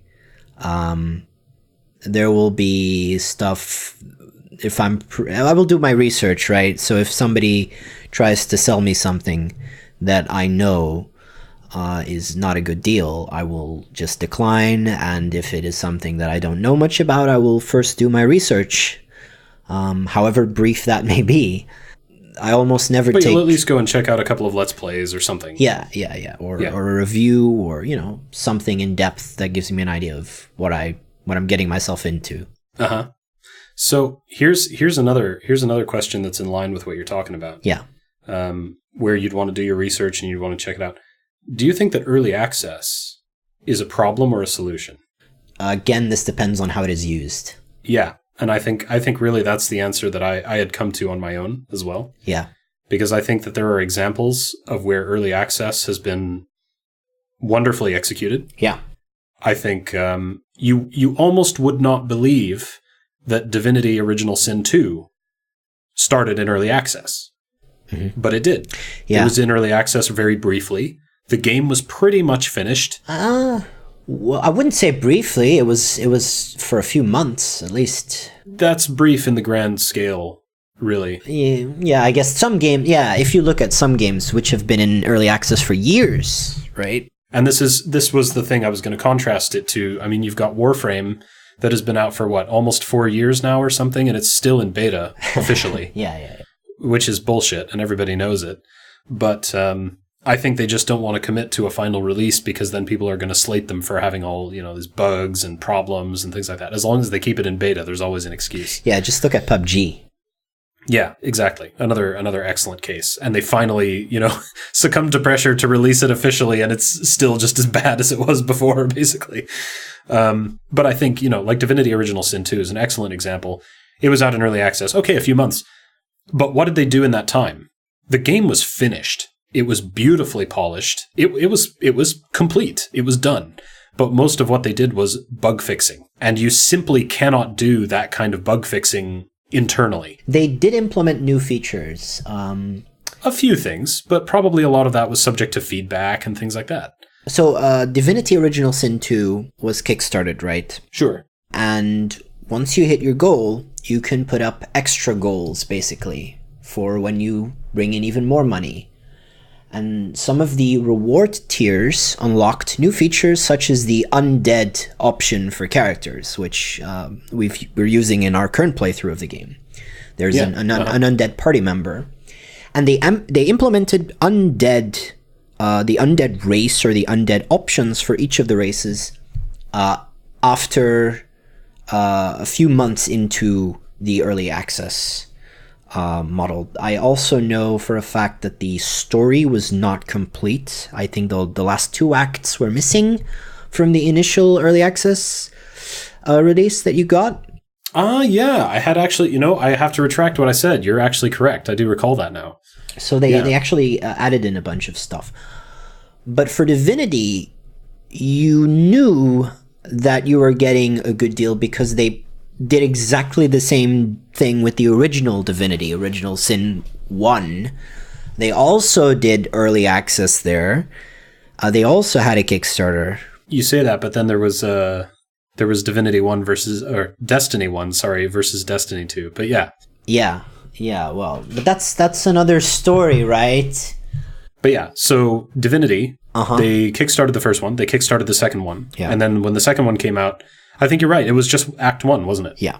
Initially, and then they added on, and then by the time the release rolled around, all the content was added.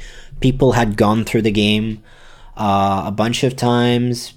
Bugs were getting patched, and then after release, they still did bunch of bug fix updates and stuff like that. Well, see, kind of that's my enduring memory of the early access period of the game, was that it was mostly just bug fixes, and even then, the game was still clearly ready. So I can understand why they wanted to release it before implementing the second and third acts in case there was anything game breaking, if that makes sense. Yeah, I would say that most of the new additions to the engine, of course I don't have any familiarity with the code base or anything, but I think most of the systems were in place. But a lot of the actual content was still being developed, being fine-tuned, and then eventually released. Yeah. But, you can definitely tell that there's been a progression, and they've been putting stuff in. They've changed certain things based on player feedback, and that's where early access is really great. Because there's always going to be people willing to play the game before the release and give valuable feedback.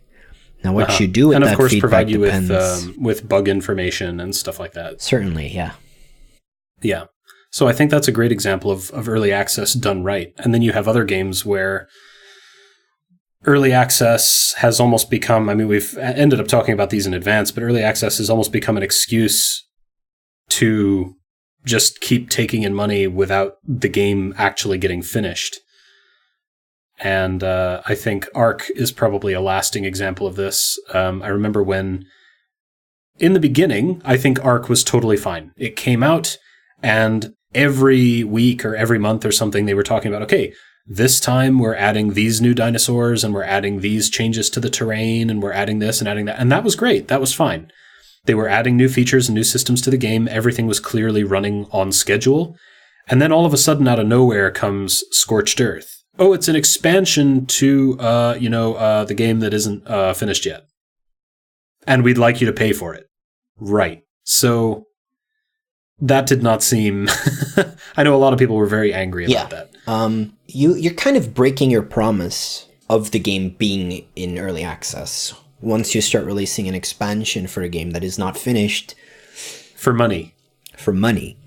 That seems kind of weird. That seems kind of not right. And there was a bit of a kerfuffle with PUBG as well in this regard. So PUBG, when it was in early access, all of a sudden they added loot boxes to the game. In early access. Yeah. Which people did not like. Because people are already basically paying to bug test your game for you. Yeah. And they're going to put up the trade-off. They'll give you money so that you can keep developing. Right. And you'll keep developing. What's interesting is that they released version 1.0 on PC, and they are following basically the same path with the console version on Xbox, but on Xbox it's actually still a pre-release game. Right. It runs unacceptably bad compared to other games. Even in its release date. Its big competitor right now is probably Fortnite Battle Royale. Yeah. Which is free and runs like a dream. So, yeah. And ironically enough, they want to sue Epic for making a better game than theirs, basically. Let's not get into that. Yeah. That's another one to talk about all day. So exactly. Okay, so early access kind of depends. Yeah. And as a monetization method, I think it's more about how you handle it and whether it's appropriate to the game or not. I think we can agree on that. So we've talked about case analyses of loot boxes versus DLC, paid items. So I came across an interesting tidbit of research not too long ago, which was the idea that it seems to be the general concept in the business world, the kind of behind the scenes of publishers and things, that selling cosmetic items as a main way of making your money basically is not worth it. It's not a big enough motivator to make the big bucks that you want to make when you're spending a ton of money to produce a AAA game. I mean, I would want to point to Valve and say, well, they did okay, didn't they? But it seems to be the general consensus that skins are not profitable enough to be the only method of monetization. Where would you stand on that? Like, is it viable to just... I mean, I know I've heard you say time and again, you hate loot boxes, you wish we could just buy the skins. Yeah. But I know that you and I were talking the other day about the skins you can buy directly in Overwatch right now, and we were both just sitting there, shaking our heads, basically. The thing with the new skins in Overwatch is actually very interesting, because even though we were a bit, we were not loving this new idea of the championship skins, it's still a better value proposition for a player to buy those skins outright than to just hope to get them randomly. But see, this is where we come to the crux of the issue. Again, having the benefit of knowing you personally, I know that you have spent some money, a significant amount of money, on loot boxes. And when I say significant, I don't know how much it is, and I'm not going to ask, but I know it's not like, you haven't bought like 5 loot boxes. You've bought, significantly more than that. Yeah. So that got your money, but I don't see you rushing in to buy the championship skins. Would you buy them if you still played the game a lot? That's the question. Yeah, definitely. You would? Yeah, I would. Okay. Well, there it is. There you have it, folks. All the problems are solved. And the reason why is there's no shenanigans involved. If I were still playing it, of course. I don't play it anymore. Which is a shame, actually. We need to get back in and play some more of that. Yeah, I would actually love to go back. It's been long enough now, but... Yeah. I actually played some myself the other day. I like the idea behind this. I think the skins are priced a bit too high. I think if you could get the entire set for 20 euros, I think that would be more acceptable. Considering that they are mostly recolors. Exactly. I would say, yeah. Alternatively, if you wanted to buy them separately for like €1 maybe each, I don't know, that would have been nicer. They're a bit pricey at the moment. I think you need like 90 euros to get the entire team, or the skin for your favorite team for every hero. I recall it being $100, so 90 euros is probably about right. Yeah. So that's insane. And I mean, the justification for it, I think, as far as but you get far less when you buy the loot boxes, though. This is true. But I think the justification for it is that it goes to support the prize pool, or it goes to support your team or something like that. So it's almost like a charity, where you're going to buy these crappy little candies for $1 each, which you would never normally spend, but it's going to cancer research or something, There's some picture of a crying child on the box, and you can't say no, right? So it's something like that. But there's another alternative to this, which is, again, I'm going to reference Dota 2, where they used the battle pass thing, where you could essentially support the prize pool. And you can't tell me that the prize pool in Dota 2 is not big enough. I think this year they got up to something like 18 million total prize pool. Now, this is not obviously what the winner gets, but this is the total prize pool. But nonetheless, I mean, that's funded mostly by people buying the battle pass.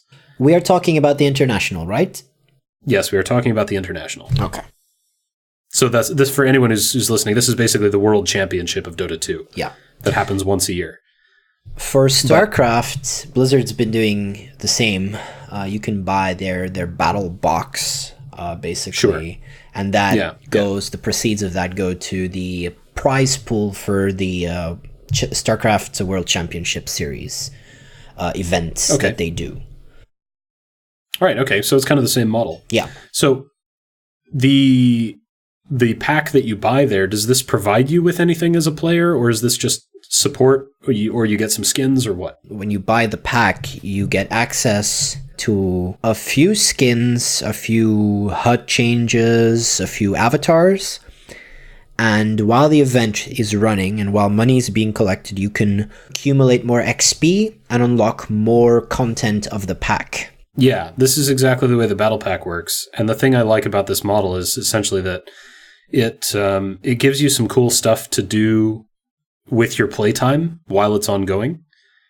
So you don't just like throw money in and they give you a couple of skins, but like what I really liked in the Dota 2 battle pass was that you actually have things like, it's not just XP.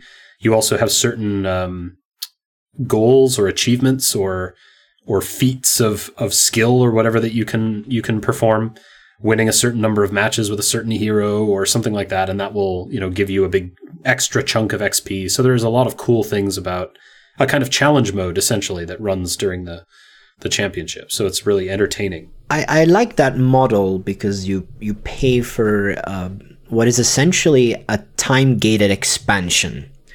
I would love the model more if it wasn't time-gated. But if, I think actually a better way to do this, if I might cut in, is the seasonal approach that they took in Diablo 3. So it is time-gated to give a sense of, not urgency, but a sense of accomplishment within a certain season. But all that happens when one season is over is that the next season begins. Right. Yeah. Your goal is essentially to hit these targets within a certain amount of time. So it becomes a kind of long-term time trial that lasts about a month. Yeah. Or something like that. I think that's a really good model. In fact, the seasonal model in Diablo 3 is generally very good. Yeah. I like it because it encourages you to play the game, and it also gives you cool stuff as you're progressing through the game. Yeah. So you feel like you're buying an experience rather than just throwing money at a piece of virtual fashion, essentially. Yeah. Exactly. Yeah, I can get on with you. And it's not just, I just put 20, let's say I buy the battle pack, and then on the other hand I buy 20 euros worth of skins, and I get to play with the skins, but it, what am I gonna get? It's not as much fun. It's not as much fun. There's nothing to unlock there. On the other hand, it's a bit of a shitty situation when the event is over and you did not unlock everything. Yeah, I think that's why the seasons are a better approach. Yeah, and I would also just, if you've bought it, you don't take away the ability to unlock the stuff that was in it. Yeah, I think that's you can take away the right wrong. To purchase it, but you shouldn't take away the right to unlock it. Because I bought the original battle pack, I did not have anyone to play StarCraft with. It suddenly became a very busy time in my life, and I ended up unlocking maybe one unit from that initial battle pack, and that left a very sore taste in my mouth, so to speak. Yeah. Because I'd spent 20 euros on something that, if I want the skins now that I could have unlocked back in the day, I would have to pay for them again. Yeah. But you have to buy them again. Yeah, exactly. I have to buy them again. Yeah. And you cannot even buy them right now. You cannot. Which is kind of crazy. You have to wait for them to end up in the rotation. It's weird. I would even pay 5 euros just to get all of them that I originally wanted to get, which is crazy. It reminds me very much of the limited time skins in Overwatch as well, where you can only unlock them during certain times of the year and things like that. Yeah. Again, from a business point of view, I understand it, but I don't. Because why would you want to deny people from buying these skins? Even if you price them 3 times as high when they're off season. People are going to splurge, man. They're gonna invest that money. They're going to put in money because they know they can't unlock it. It's the time versus money argument. You can play a lot of Overwatch, but even then, there's no guarantee you're going to get all those skins, so you better get your wallet, boy. This reminds me very much of the beginning of the year event in Destiny 2, actually. Yeah. Where they had I think it was called the Dawning, and you would basically play to unlock these rewards, but even if you did all of your achievements, all of your dailies, and all of your weeklies and everything else, you could not physically unlock all the rewards that were in the rotation. So if you wanted them all, you had to pay. And what makes that even worse is that if you actually unlocked all those rewards, even with a completely empty storage, you wouldn't have enough space to fit them all. There was no way. Literally no way. You lose no matter what you do. And it's just, I don't know. I'm almost at the point with Destiny 2 where I just want to say these guys they're not serious, they're joking around. I don't think they know what they're doing, really. For all the listeners right now, I kind of want to defend why I wanted you to buy the game. Why you wanted me to buy the game? Yeah. Oh, I don't hold any ill will. I mean, we but the internet will. We both. Right. Okay. Well, I mean, okay, fine. You tell your part, and then I'll follow up with why I agreed to buy the game. So I think that's reasonable. Destiny 2, out of the gate, had you can buy the base game, with the expansions ahead of time. Season Pass, yeah. Season Pass, basically. And Wait, what's that sound? Can I hear the gray hairs coming out of your scalp? Just talking about this. Yeah. I really enjoyed the first few hours of Destiny 2. And they were fun to play together. The campaign was fun to play together. Yeah, it was. It was short, the campaign, but it was better than the first Destiny. But where Destiny absolutely failed was in keeping us engaged enough and keeping us entertained after the main quest. Everything was grindy and boring and just worse than the original Destiny. But the beginning looked so promising. The beta was good. So I think it was not necessarily a bad thing to buy the game. I think we took a gamble. It ended up being a bit disappointing. But I don't think we are going to buy any extra content for that game. Not a chance on your life. Exactly. And I don't think a lot of people are going to do that either.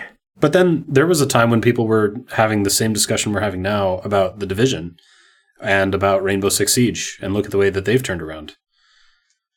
I'm not sure if if people were talking that way about Rainbow Six, but yeah, I would say they were speaking in this way about The Division. People can turn around an online experience. So in that regard, I think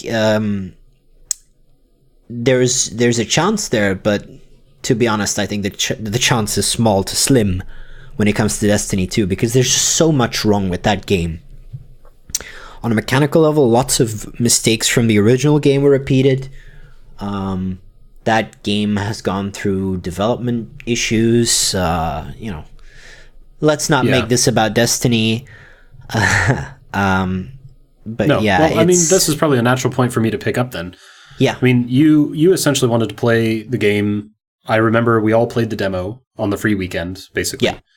And we played through the first little part of the campaign, and I remember mirroring your sentiments that it felt incredibly polished. Yes. And I was interested in what Mr. Jeers had to say, another of our friends, because he was saying that the guns didn't feel like they had very much recoil, they didn't feel like they were all that impactful, and I generally feel the same way, but on the other hand, it was so smooth. The optimization was there. The balance for damage output was generally there. Things were not as bullet spongy as I had heard from pre-release. Yeah. It was no Borderlands, I think. Well, no. I found Borderlands incredibly obnoxious in that way, where things were just insanely hard to kill sometimes. The bosses were a bit bullet spongy in Destiny. They have always been. Well, yeah, but at some point, it's an MMO-like. You do acknowledge that there's going to be a degree of sometimes your gun will not just one-shot because you shoot the weak point. Sometimes you will be too weak for that. That's part of the progression mechanic of the game. That's part of the reason we play it. But yeah, I was going to say the gameplay was there. It was very smooth. The graphics looked great. It was terrifically well optimized. And I have to say, I actually enjoyed the game so much that I found myself just running around killing enemies. Just running around. It was almost like Doom, where that's the whole point of Doom, is just running around killing things. And I was enjoying it that much, that I was just running around and doing random events, not for the rewards, but because I enjoyed it. The core gameplay loop was satisfying. Yeah, the core gameplay loop is so solid. And I was thinking of that when I agreed to buy the game after you said, look, man, let's play this together. Let's get this. I think it's going to be really good. It's so polished. It's so good. Yeah. And that was exactly what I came back to. And I thought, yeah. And then I made a second justification to myself, and I thought, you know what? It doesn't seem like there's all that much to the game. But on release, there was not a lot to Destiny 2, or to Destiny 1, sorry, and probably what's going to happen with this game is the same. It's about a life cycle, not just the original release. So I went ahead and I splashed out, I got the DLC 2, so that I would be able to have everything that was coming down the pipe. And what killed it for me was the Curse of Osiris. Yeah, they haven't released the second DLC yet. That was basically my last holdout for the game, because I thought, after playing it and enjoying it and liking the world events, mostly liking the strikes, even if they were just a little bit samey, that was fine. But I thought to myself, if this DLC brings more content, new areas, and this is going to be the life of Destiny 2, where it just keeps getting bigger, and eventually you do have that huge world where there's just so much to do. Right. That will make it super worth it. When Curse of Osiris came out and it was basically a fucking waiting room, I was like, yeah, no. No. I'm sorry, but this is the end. Like, if this is what you call a DLC, I mean, I've probably as a child had more fun with the toys that are sitting in a dentist's waiting room than I have playing that DLC. Like, legitimately. I didn't even go back to the game. No, no, you didn't. You actually gave up on it before I did, oddly enough. I did not. Yeah. I did not play the DLC. That was really strange. I do not intend to play it unless down the line maybe they, not like 4 expansions down the line, even if they make 4. I don't even know what's going on with the second expansion. I figured it would be out by now, but apparently it is not. Well, maybe they're making an expansion that's worth playing this time around. Who knows? Maybe. But to save it, they need another Taken King. That's the only thing that will save it now. And it has to be probably even better than the Taken King. And anyway, but let's, like you said, let's not let this be about Destiny. Let's not go down like this, man. A lot of the initial backlash to Destiny 2 is also how they handled loot that you could just buy via the Eververse, aka the in-game shop. Yeah, exactly. Which I kind of almost feel like Destiny 2 is basically just... It's... The Eververse basically justifies the existence of Destiny 2 in the eyes of the shareholders. That's kind of how I feel about it. Like, Destiny 2 is just a vehicle for the marketplace. Whenever I learn about an in-game store, so not a game that has DLC, but a game that has an actual in-game shop, there is a certain sense of urgency on my end of, look, this game is not like, let's say, an Age of Empires that maybe got an expansion that I can come back to because there's either an online-only component or a shop that might get closed down, further down the line. Those games do not feel like something that could become a classic. It would have to be a very special game so that it stands the test of time, that it still works and is popular and has an increased player base years later. I think a very interesting case here is Rainbow Six Siege, because since its release, it's gotten more and more players, but it's also gotten worse when it comes to its monetization method in various ways. So the initial game had a bunch of operators that you could unlock through gameplay, and then they added a season pass.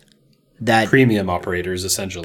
Operators that you could unlock through normal gameplay, but they would take forever. It would take more time. I think it was a 3 or 4 times increase in currency that you needed to get. No, it was more than that. Was it more? I think to unlock the 2 new operators that they give you every season would cost you more than all of the default operators combined. Right. Okay, so that's a lot. That's a lot. Right. That's like 5 for 10 to 1 ratio. If it was just that, I did not have a lot of objections to that. I understood why they did it. Yeah, I was going to say, that doesn't sound so evil to me, really. Now, Season 3, Year 3 has begun of Rainbow Six Siege in January of 2018, which is what we are now. So if you want to have all the operators, you can buy the game for $40. There was a brief time when they said they were going to actually increase the price of the base game to $60, but then there was like an insane response from people who were saying, whoa, what are you doing? This is not good. So they had to knock it back down and said, no, we're not going to increase the base price of the game. And this is just for the default operators. Yeah. What's interesting, this is for just the default operator. No, just to be able to unlock the default operators at a normal rate, because you also have the starter edition, which is $15, but then every operator takes about as long as a premium operator to unlock. Right, okay. So that's also an interesting thing there. So that's almost a mobile game. But anyway, moving on. In addition to that, they also introduced some sort of loot box mechanic that unlocks premium items, and then they've also got an in-game shop where you can just outright buy stuff. So what do these loot boxes provide? A chance at dropping the items you can buy separately. Right, so they're cheaper, but it's chance-based. Not only are they cheaper, you can also unlock them by playing the game. So it's an alternative way to get to premium content without paying for it. But you could also pay for the boxes. What I would have liked to have seen was no way to actually buy additional boxes, but for the boxes to be an additional means for you to unlock premium items in addition to being able to just buy them. Because now you have a chance. Do I want to roll the dice and see what I'm going to get in terms of random loot from a loot box when you want to invest money, or am I just going to buy what I want outright? Yeah, I think it strikes a nice balance. Personally, I would have loved to see it a little bit differently. But the big problem for new players is, I have to buy the game for $40. Do I want all the operators? Then I got to buy all the year passes. Do I want to look really cool while doing it? Okay, that doesn't really matter for the most part in Rainbow Six Siege, I think. But there's always the option for you to buy stuff. I really do appreciate, I have to say, that you can just outright buy what you want. Yeah. So I want the set of these skins for the gun. You can buy them. Sure, it's not as cheap as a loot box would be, but that's fine with me. I want that skin, and just that skin for, let's say, Montagne. I can buy that skin. And I may have had for champagne. And maybe I had to spend €10 for a single skin, but that's fine. But you can get the one that you want. I can get the one with no hassle. Yeah, exactly. No hassle, no chance of, having to spend €200 in the hopes to drop, to get this. On the same thing, yeah.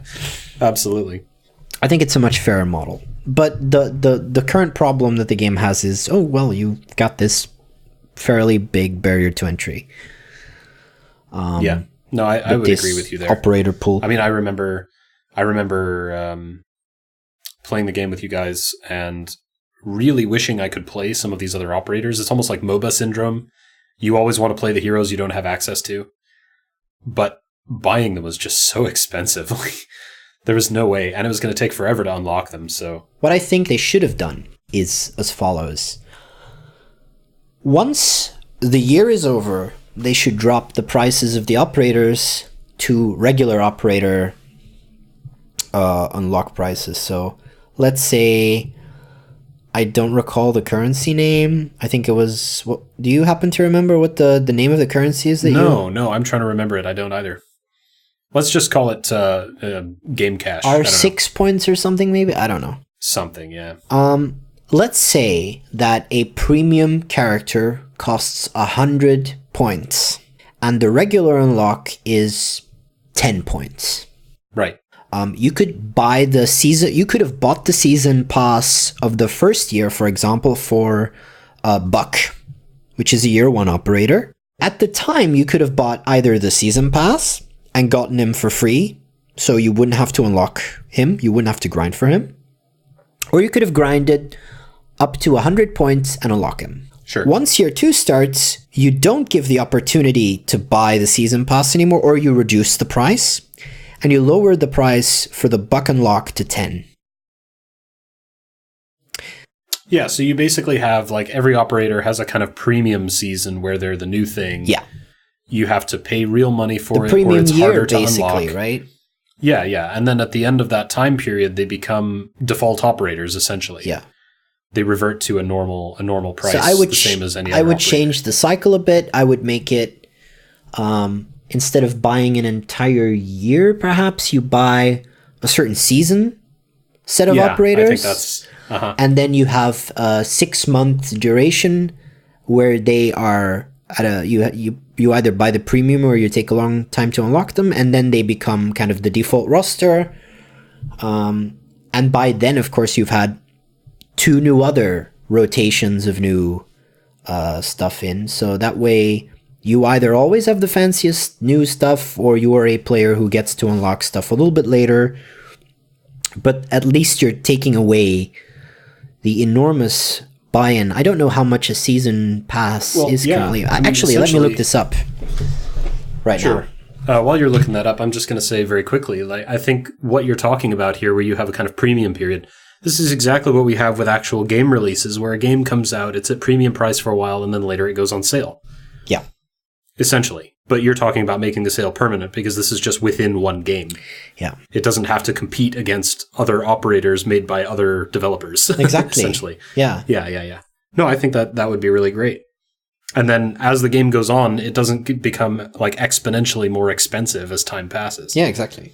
I don't understand why they haven't done it that way, because I think that would definitely get more people to play the new operators, and maybe they like the new operators that they unlocked, and maybe then they do want to buy in on the new season of operators. Well, it would definitely get more people playing, that's for sure. Not that Rainbow Six Siege has a small player base. Who said small? Did you find the figures on that? Okay, so I'm looking at this right now. So if you buy the starter edition, it's €14.99. The base game is $39.99. So that's basically if you want the regular game. If you buy the Year 2 Gold Edition, and I wonder what's in there, I'm guessing it's the base game plus maybe the first 2 seasons. Is that right? I would guess so. No. Gold usually means the full year of content. Yeah, but it's only the Year 2 pass, not the Year 1 pass. Oh, now we're getting into Evolve territory where everything is separate. Yeah, okay, so that's that. You can buy the Complete Edition. Now, see, that includes the Legacy. So the full game and all the previous operators that were premium content. The Year 2 pass. Yeah. Wait, was I wrong? And is it Year 2 that is beginning? I don't think so. It was Year 3, right? Yeah, the Year 3 pass is currently on sale. So, if you want all the content that has been released so far, you need to buy into the Rainbow Six Siege Complete Edition for basically €90. And that does not get you the new content that's coming out this year. This is actually what I was going to say. I remember mentioning earlier on in the podcast that I bought the All Heroes pack for Battle Right, but that's All Heroes Forever. Yeah, which is fantastic. This is the reverse of that, basically. Exactly. So the buy-in price for the Year 3 pass is €30. So let's add that to the 90. That's €120 if you want to have the game and get all the content that's upcoming for the next year, for 2018. That's insane. That's a lot of money. And the problem with this model is that it keeps getting more expensive. Yeah. Which means, like, okay, I understand that you have to keep spending money to develop the game, and so you want to get money, but getting your money retroactively is not the way to do that. You just charge people for the content as you release it. Now, I'm looking on Steam. Interesting. You cannot buy the Year 1 and the Year 2 passes separately, it would seem. At least not via Steam. Maybe you can do it via Uplay's client. I would not be surprised if that is the case. But if you look at the downloadable content for Rainbow Six Siege, this includes all cosmetics and skins and everything. There's currently about €321 of DLC available for this game.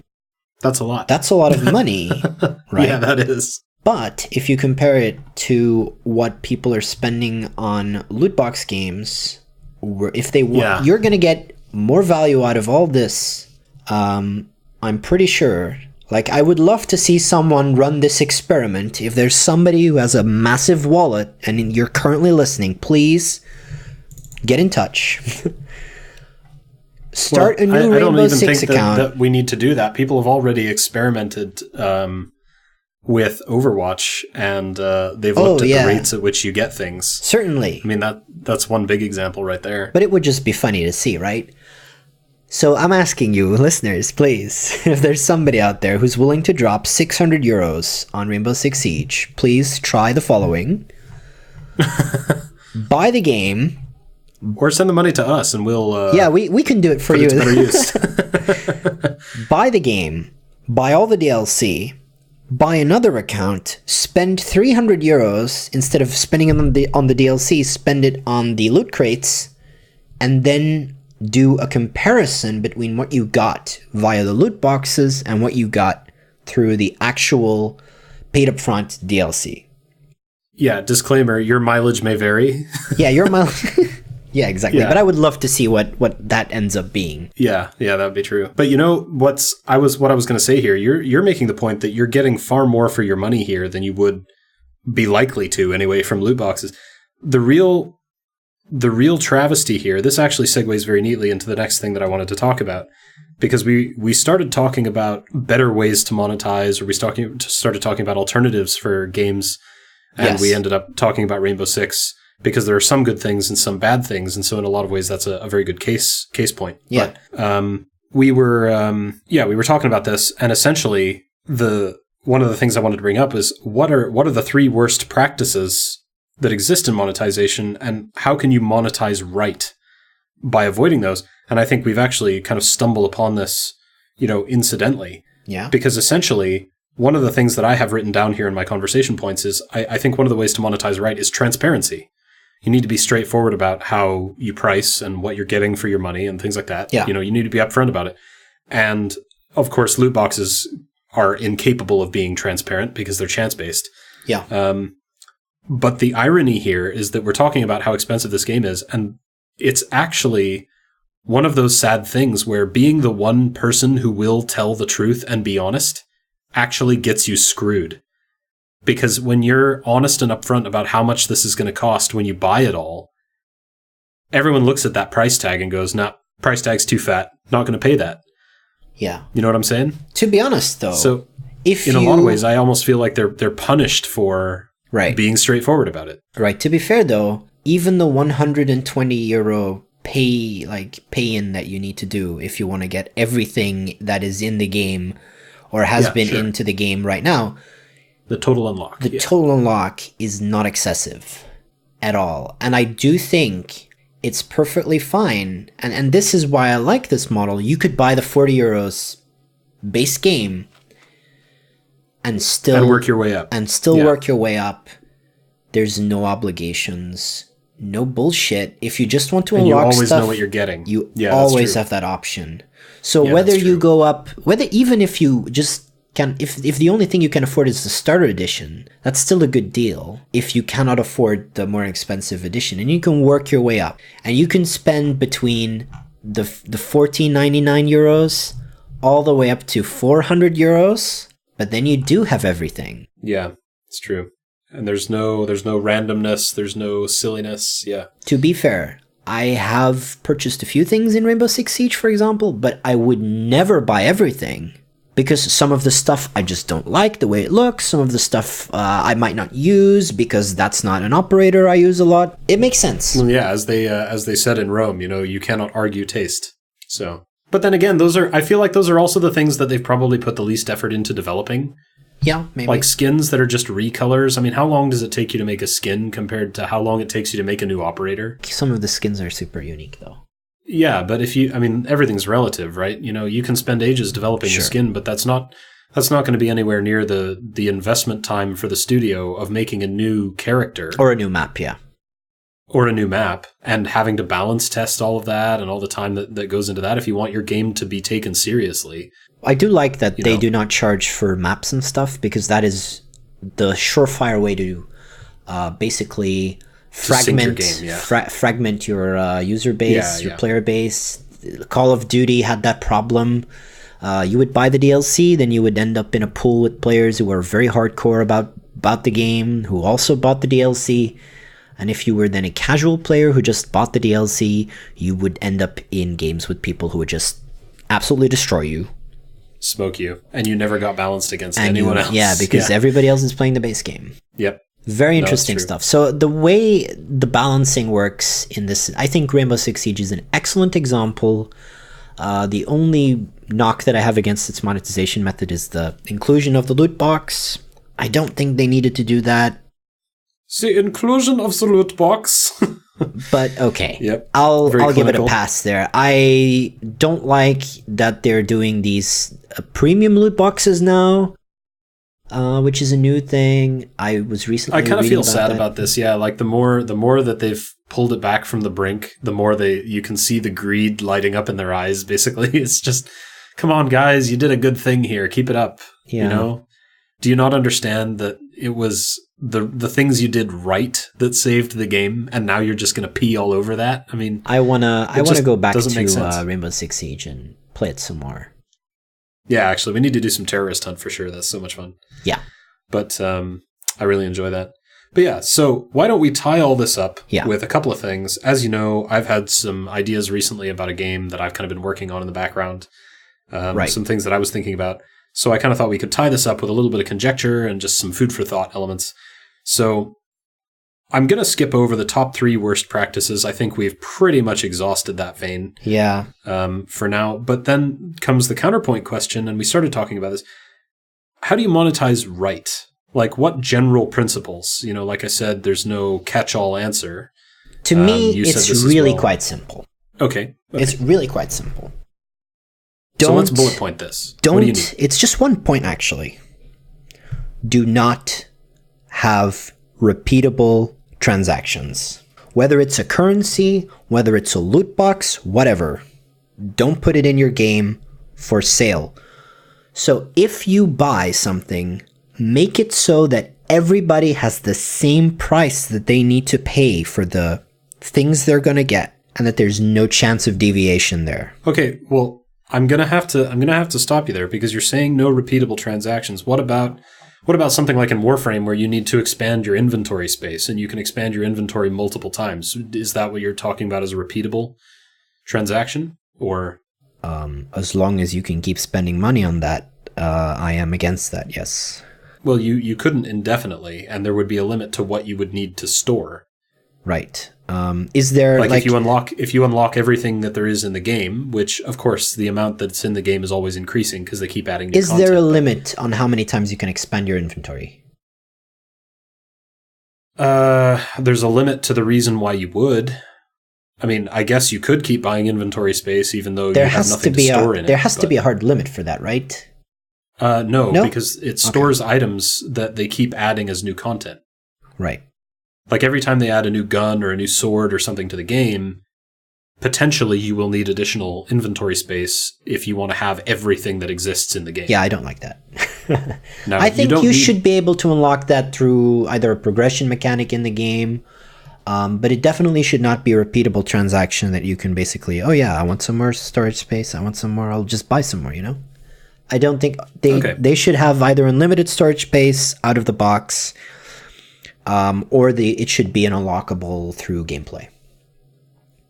The moment it becomes a repeatable transaction, it's a bit of a red flag. Now, if it's a very small purchase and you don't need to do it that much, you could defend it. But as a hard rule, I would say no. Yeah, maybe. Okay, so as a principle, you'd say no. I think in the context of Warframe, I really don't think it's that exploitive. Yeah, I think like if that was the main method of monetization in Warframe, contextually, you could argue some things you are could buy a couple of 1,000 platinum, which is their in-game currency, for some money, maybe £20 or something. Right. If you got it on a discount, and you would never buy it at full price because the discounts are thick and fast, basically. Yeah. Okay. So if you buy a couple of 1,000 platinum and it costs you 12 platinum to expand your storage space by 2 slots, which is enough for 2 weapons, and they might release a couple of new weapons every month or so. Yeah. I don't think that's insane. If the cost is negligible, it's fine. Yeah, but I think the thing what really put you off about Warframe was the 24-hour crafting times that you can cut short by spending real money. Yeah. But to get back to the rule, the rule is basically if it's a repeatable transaction, that's generally speaking not a good thing. Generally a red flag. Yeah. Okay, that's fine. I would try to avoid it if possible. And as a hard rule, I would say don't do it at all. So then how do we have games that are kind of ongoing in their costs, like a PvP game, for example? You either do a subscription model that gives all players basically a certain set of content that is new on a season-to-season schedule, perhaps, or you do a paid upfront upgrades. So the way you were talking about the the inventory expansion. For example, if Warframe had a DLC that they released every month that included some of the new weapons and the accompanying inventory space, slots. Yeah, then right. Okay. that would be fine for me. So the way, for example, Payday 2 did it worked well. A lot of people said, but man, there's like 20 pieces of DLC for €5 each. Like, what do I get? And then they released the complete package and they put all the DLC in. But to me, as we were playing that game, that made sense because every few weeks, a new piece of DLC would drop. I would pay the price. It was €5. That's fine. There was no loot boxes, no grindy bullshit. I would get the new content. I would be able to play the new content. And it was fun. And then a few weeks later, there's a new piece of content. Okay, I'll buy it. It's fine. No bullshit. And you could always decide not to do it if you didn't want to. Yeah, exactly. And the moment we stopped playing was, okay, fine, whatever. If I ever get back into the game, we could always look at which pieces of DLC were best received, which were, most interesting, Sure. and then you can buy those if you wanted to. Okay. So essentially what you're looking at, and this comes back to the kind of value for money thing that we started off with earlier. Yeah. It's essentially give people a reason to keep putting money into the game, and they will. Yes. Essentially. If they're enjoying the core experience, you can just keep, I'm positive keep that fresh. about that. Yeah. And that's enough. Yeah. Okay, that's fine. Just looking over the last of my conversation points here. So that you've covered continuous income, basically. Yeah. And the idea of pay to win and pay to progress, I think we've already pretty much covered more or less. I think we both have agreed on multiple occasions here that the idea of having more stuff than other people is generally not fair and it's undesirable. But then, actually, this is one that we've maybe not fleshed out.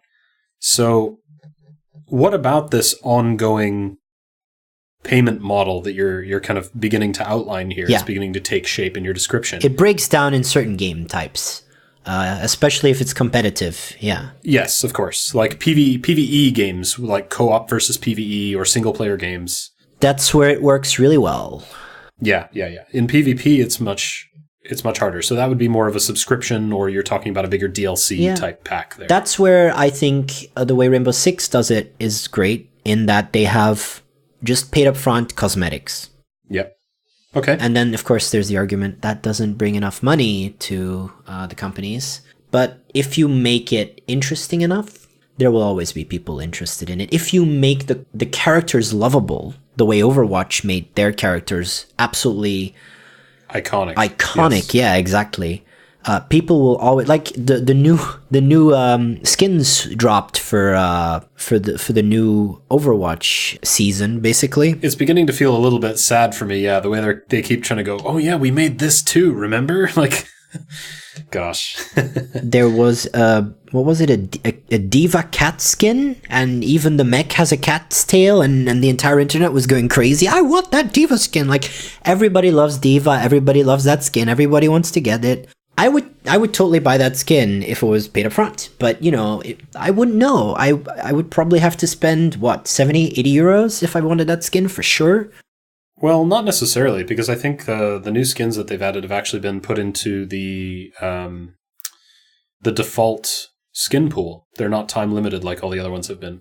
Yeah, sure, but you would still need like a certain amount of gold if you didn't get it by chance. In-game currency, yeah, that's true. I mean, I don't know about anyone else, but I haven't spent any real money on loot boxes, and I have about 6,000 gold, and I've already got a significant number of, like, even the legendary skins and stuff. Yeah. But, I mean, I always joke that I always get the legendaries I don't like, but, there it is. 6,000 gets you, I believe, 2 skins that are time limited. Legendaries. Yeah, which is why I don't have any of those. Yeah, exactly. Yeah. But still, it feels stupid, right? In a way. Yeah, it feels stupid to have spent as long playing the game as I have without being able to buy skins. Like, I would almost be happier not getting the freaking loot boxes and just getting money.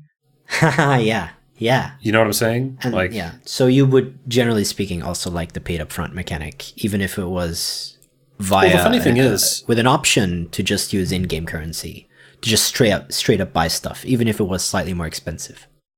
I've actually got a few different examples of this. So, yes, in the case of Overwatch, but the monetization in Overwatch, in my opinion, is just bad. It's just badly done. It's the worst part of the game, actually, by far. Because you buy the game to play it, and then if you want to have the skins you want, there's no way to unlock them with achievements. There's no way to unlock them through gameplay. It's totally random. It's just annoying, really.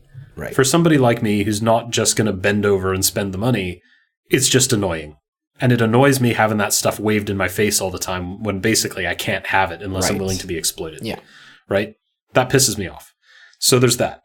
And yet, there are other examples where I'm perfectly fine with that. But it should be noted that these are not PvP games. As again, in Warframe, they've got a really kind of different monetization model where the only tradable currency in the game is real money currency. So I can go into the game, I can buy real money currency, and I can then trade with other players who will sell me in-game items. Yeah. So, for example, if someone goes out and they grind a lot and they get a rare item, they can then sell it to me for the real money currency. But I have no problem with this model, particularly in a co-op versus PvE game, because it doesn't affect balance, like what items you have and what items you don't. But the thing that I like best about this is if it wasn't for the fact that they had a shop where you can buy this stuff as well, the only way to get these items would be from other players. So even if you're buying them for real money, you can haggle, you can trade, you can get a good deal or you can get a bad deal. It's not random. It's up to you to get it. But it also comes from the player base, and that's something that to me is very important. Because you're talking about these repeatable transactions. When I can literally just copy and paste some code into your account that says you have this item, that feels really annoying to me because it means that anyone who's willing to pay enough can just have all the rare items. But if somebody actually had to go out there and grind it, that means I can go out there and grind it, and if I don't care about the item enough to keep it, I can sell it for my own benefit and then buy something else.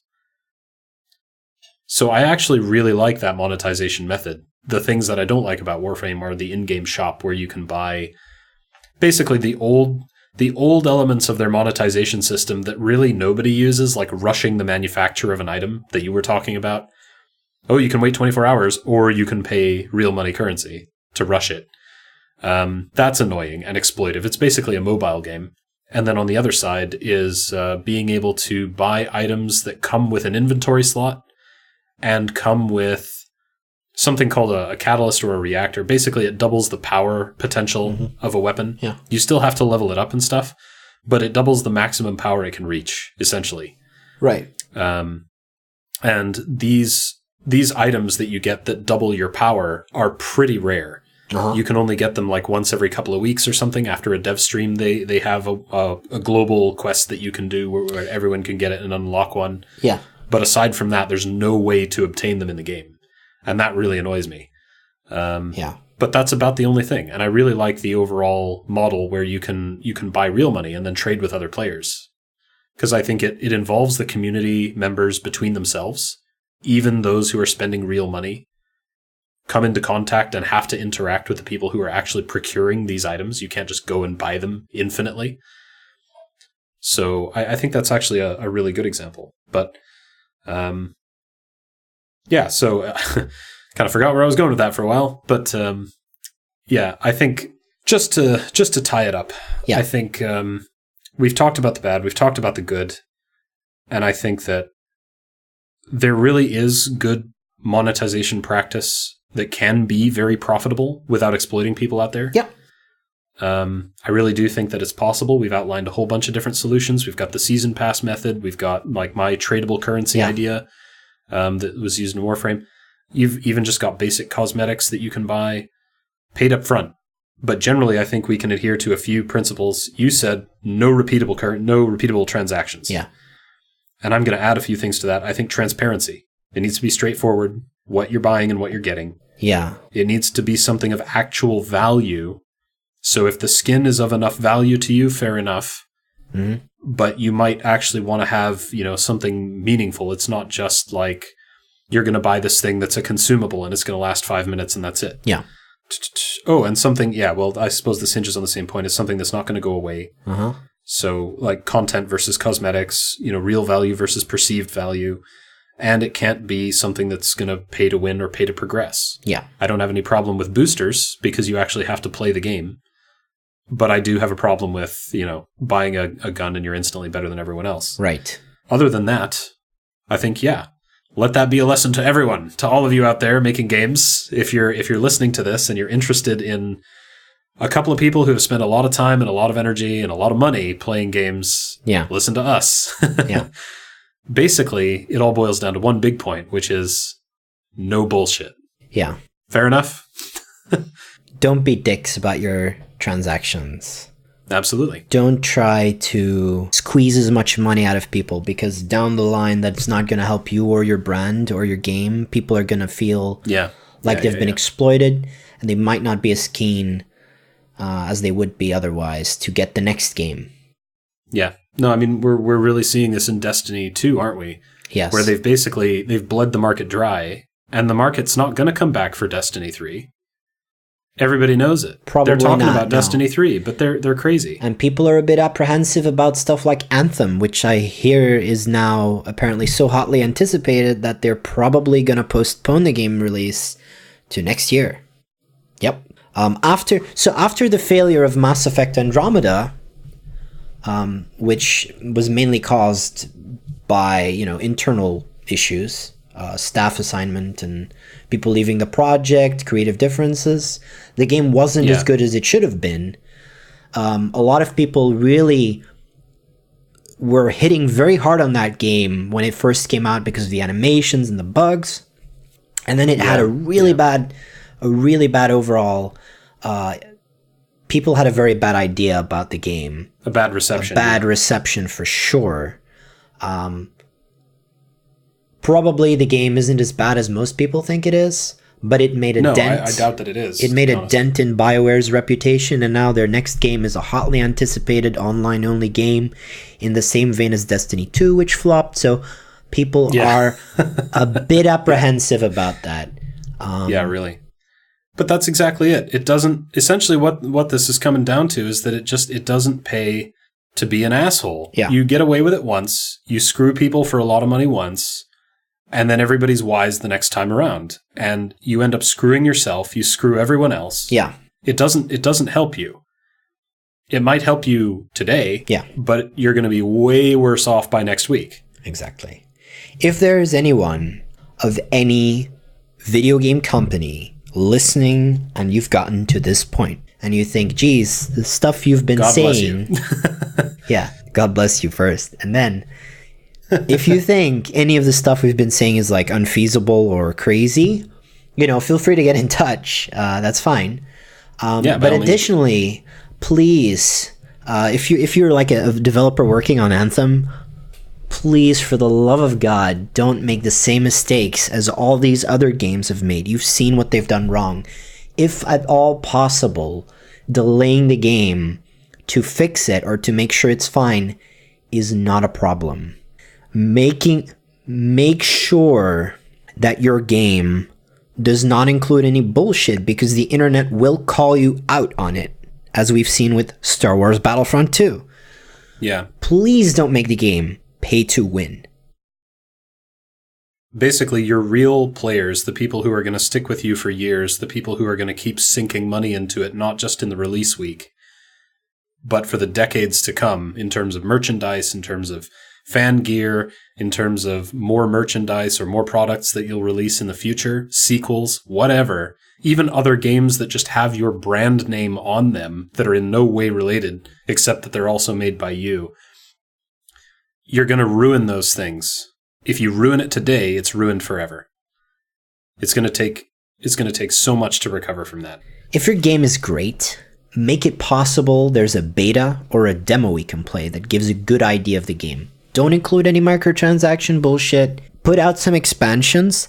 That's fine. Make stuff unlockable by playing the game. Entice people to play the game. Give them cool stuff to unlock.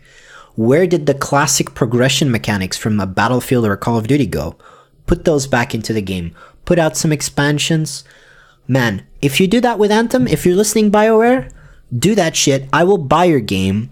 If it's a good game, I will play it, and I will invest and buy all the shit you've got. Hell, I'll buy even a collector's edition. Even if it's overpriced. I don't give a shit. I'll do it. But just don't put any bullshit in that game. And if you do that, a lot of people, even hell, maybe even bring out a slightly cheaper version the way Rainbow Six does it, so that I can get all those cheap-ass friends of mine to get the game as well. You're not very nice. They'll love it. You're not one of my cheap-ass friends, so it's fine, right? I'm not your friend now. Oh, I see how it goes. So no, please, continue. So offer a cheaper version of the game a little bit down the line so I can convince my friends to get that too. We can all play together. I'll bring in some more people who love the franchise. They will also buy the sequel if you do the first game right. They'll also buy the DLC for the first game and the DLC for the second. And you can keep it going. Hell, even if you make it a game that has a 10-year lifespan, as long as you keep it enticing, cool, great, and amazing, and you don't put any bullshit in, you could have the World of Warcraft of shooter games with a huge lifespan, because from what we've seen so far, your game looks cool. And don't forget, right now is really the time. Yeah. Right now, so many people have let down, and I'm not going to be elitist about this, but the real gamers, the people who spend a lot of their time and a lot of their money playing these games, they've been let down so hard recently. We're waiting for it. Our wallets are ready. We are waiting for that multiplayer experience that's going to blow it out of the water. Yeah. And that's going to earn so much money when it hits. I don't know what it's going to be yet. I doubt it's going to be Anthem. But who knows? Maybe if they're delaying Anthem, that's a good sign. But anyway, the point is, I'll keep my fingers crossed. You never know. Yeah. I'm not going to watch anything on Anthem, at least until after release, though. Yeah, I don't want to know anything about that game. And I just want to see what the reviews are, and then we'll see. Yeah, exactly. Right now, all right, I'm cautious. I do want to say one more thing, and then then I'll let you finish up this episode, because quite frankly, it's almost been 3 hours. So, no, 2.5. Sorry. Yeah. So feels like about 3 days at this point, but anyway. BioWare. I've already addressed BioWare. If you are an indie company or somebody's working on a single player game, think about Senua's Sacrifice. Think about Hellblade. Think about the AA publishers or the AA companies, the releases. Try to do something like that. And again, it's very important to try to get something out there that people can try. And if you can't, try to make sure you share your game with other people. And this does not need to be the big streamers, but it's possible to get a smaller community excited about your game. And for example, if I hear about a good game, and a great example of this would be Tooth and Tail, for example. I heard about this through Total Biscuit. It's a game with no bullshit in it. It's a smaller game. It's a bit of an indie title. Yeah, that is, or like They Are Billions as well is another good example of that. Those are totally cool.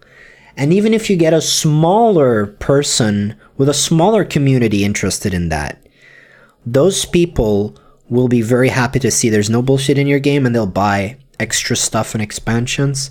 Like, even if it's a bigger game.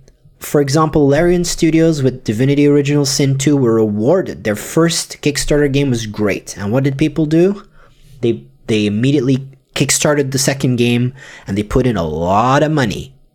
I was one of the first people.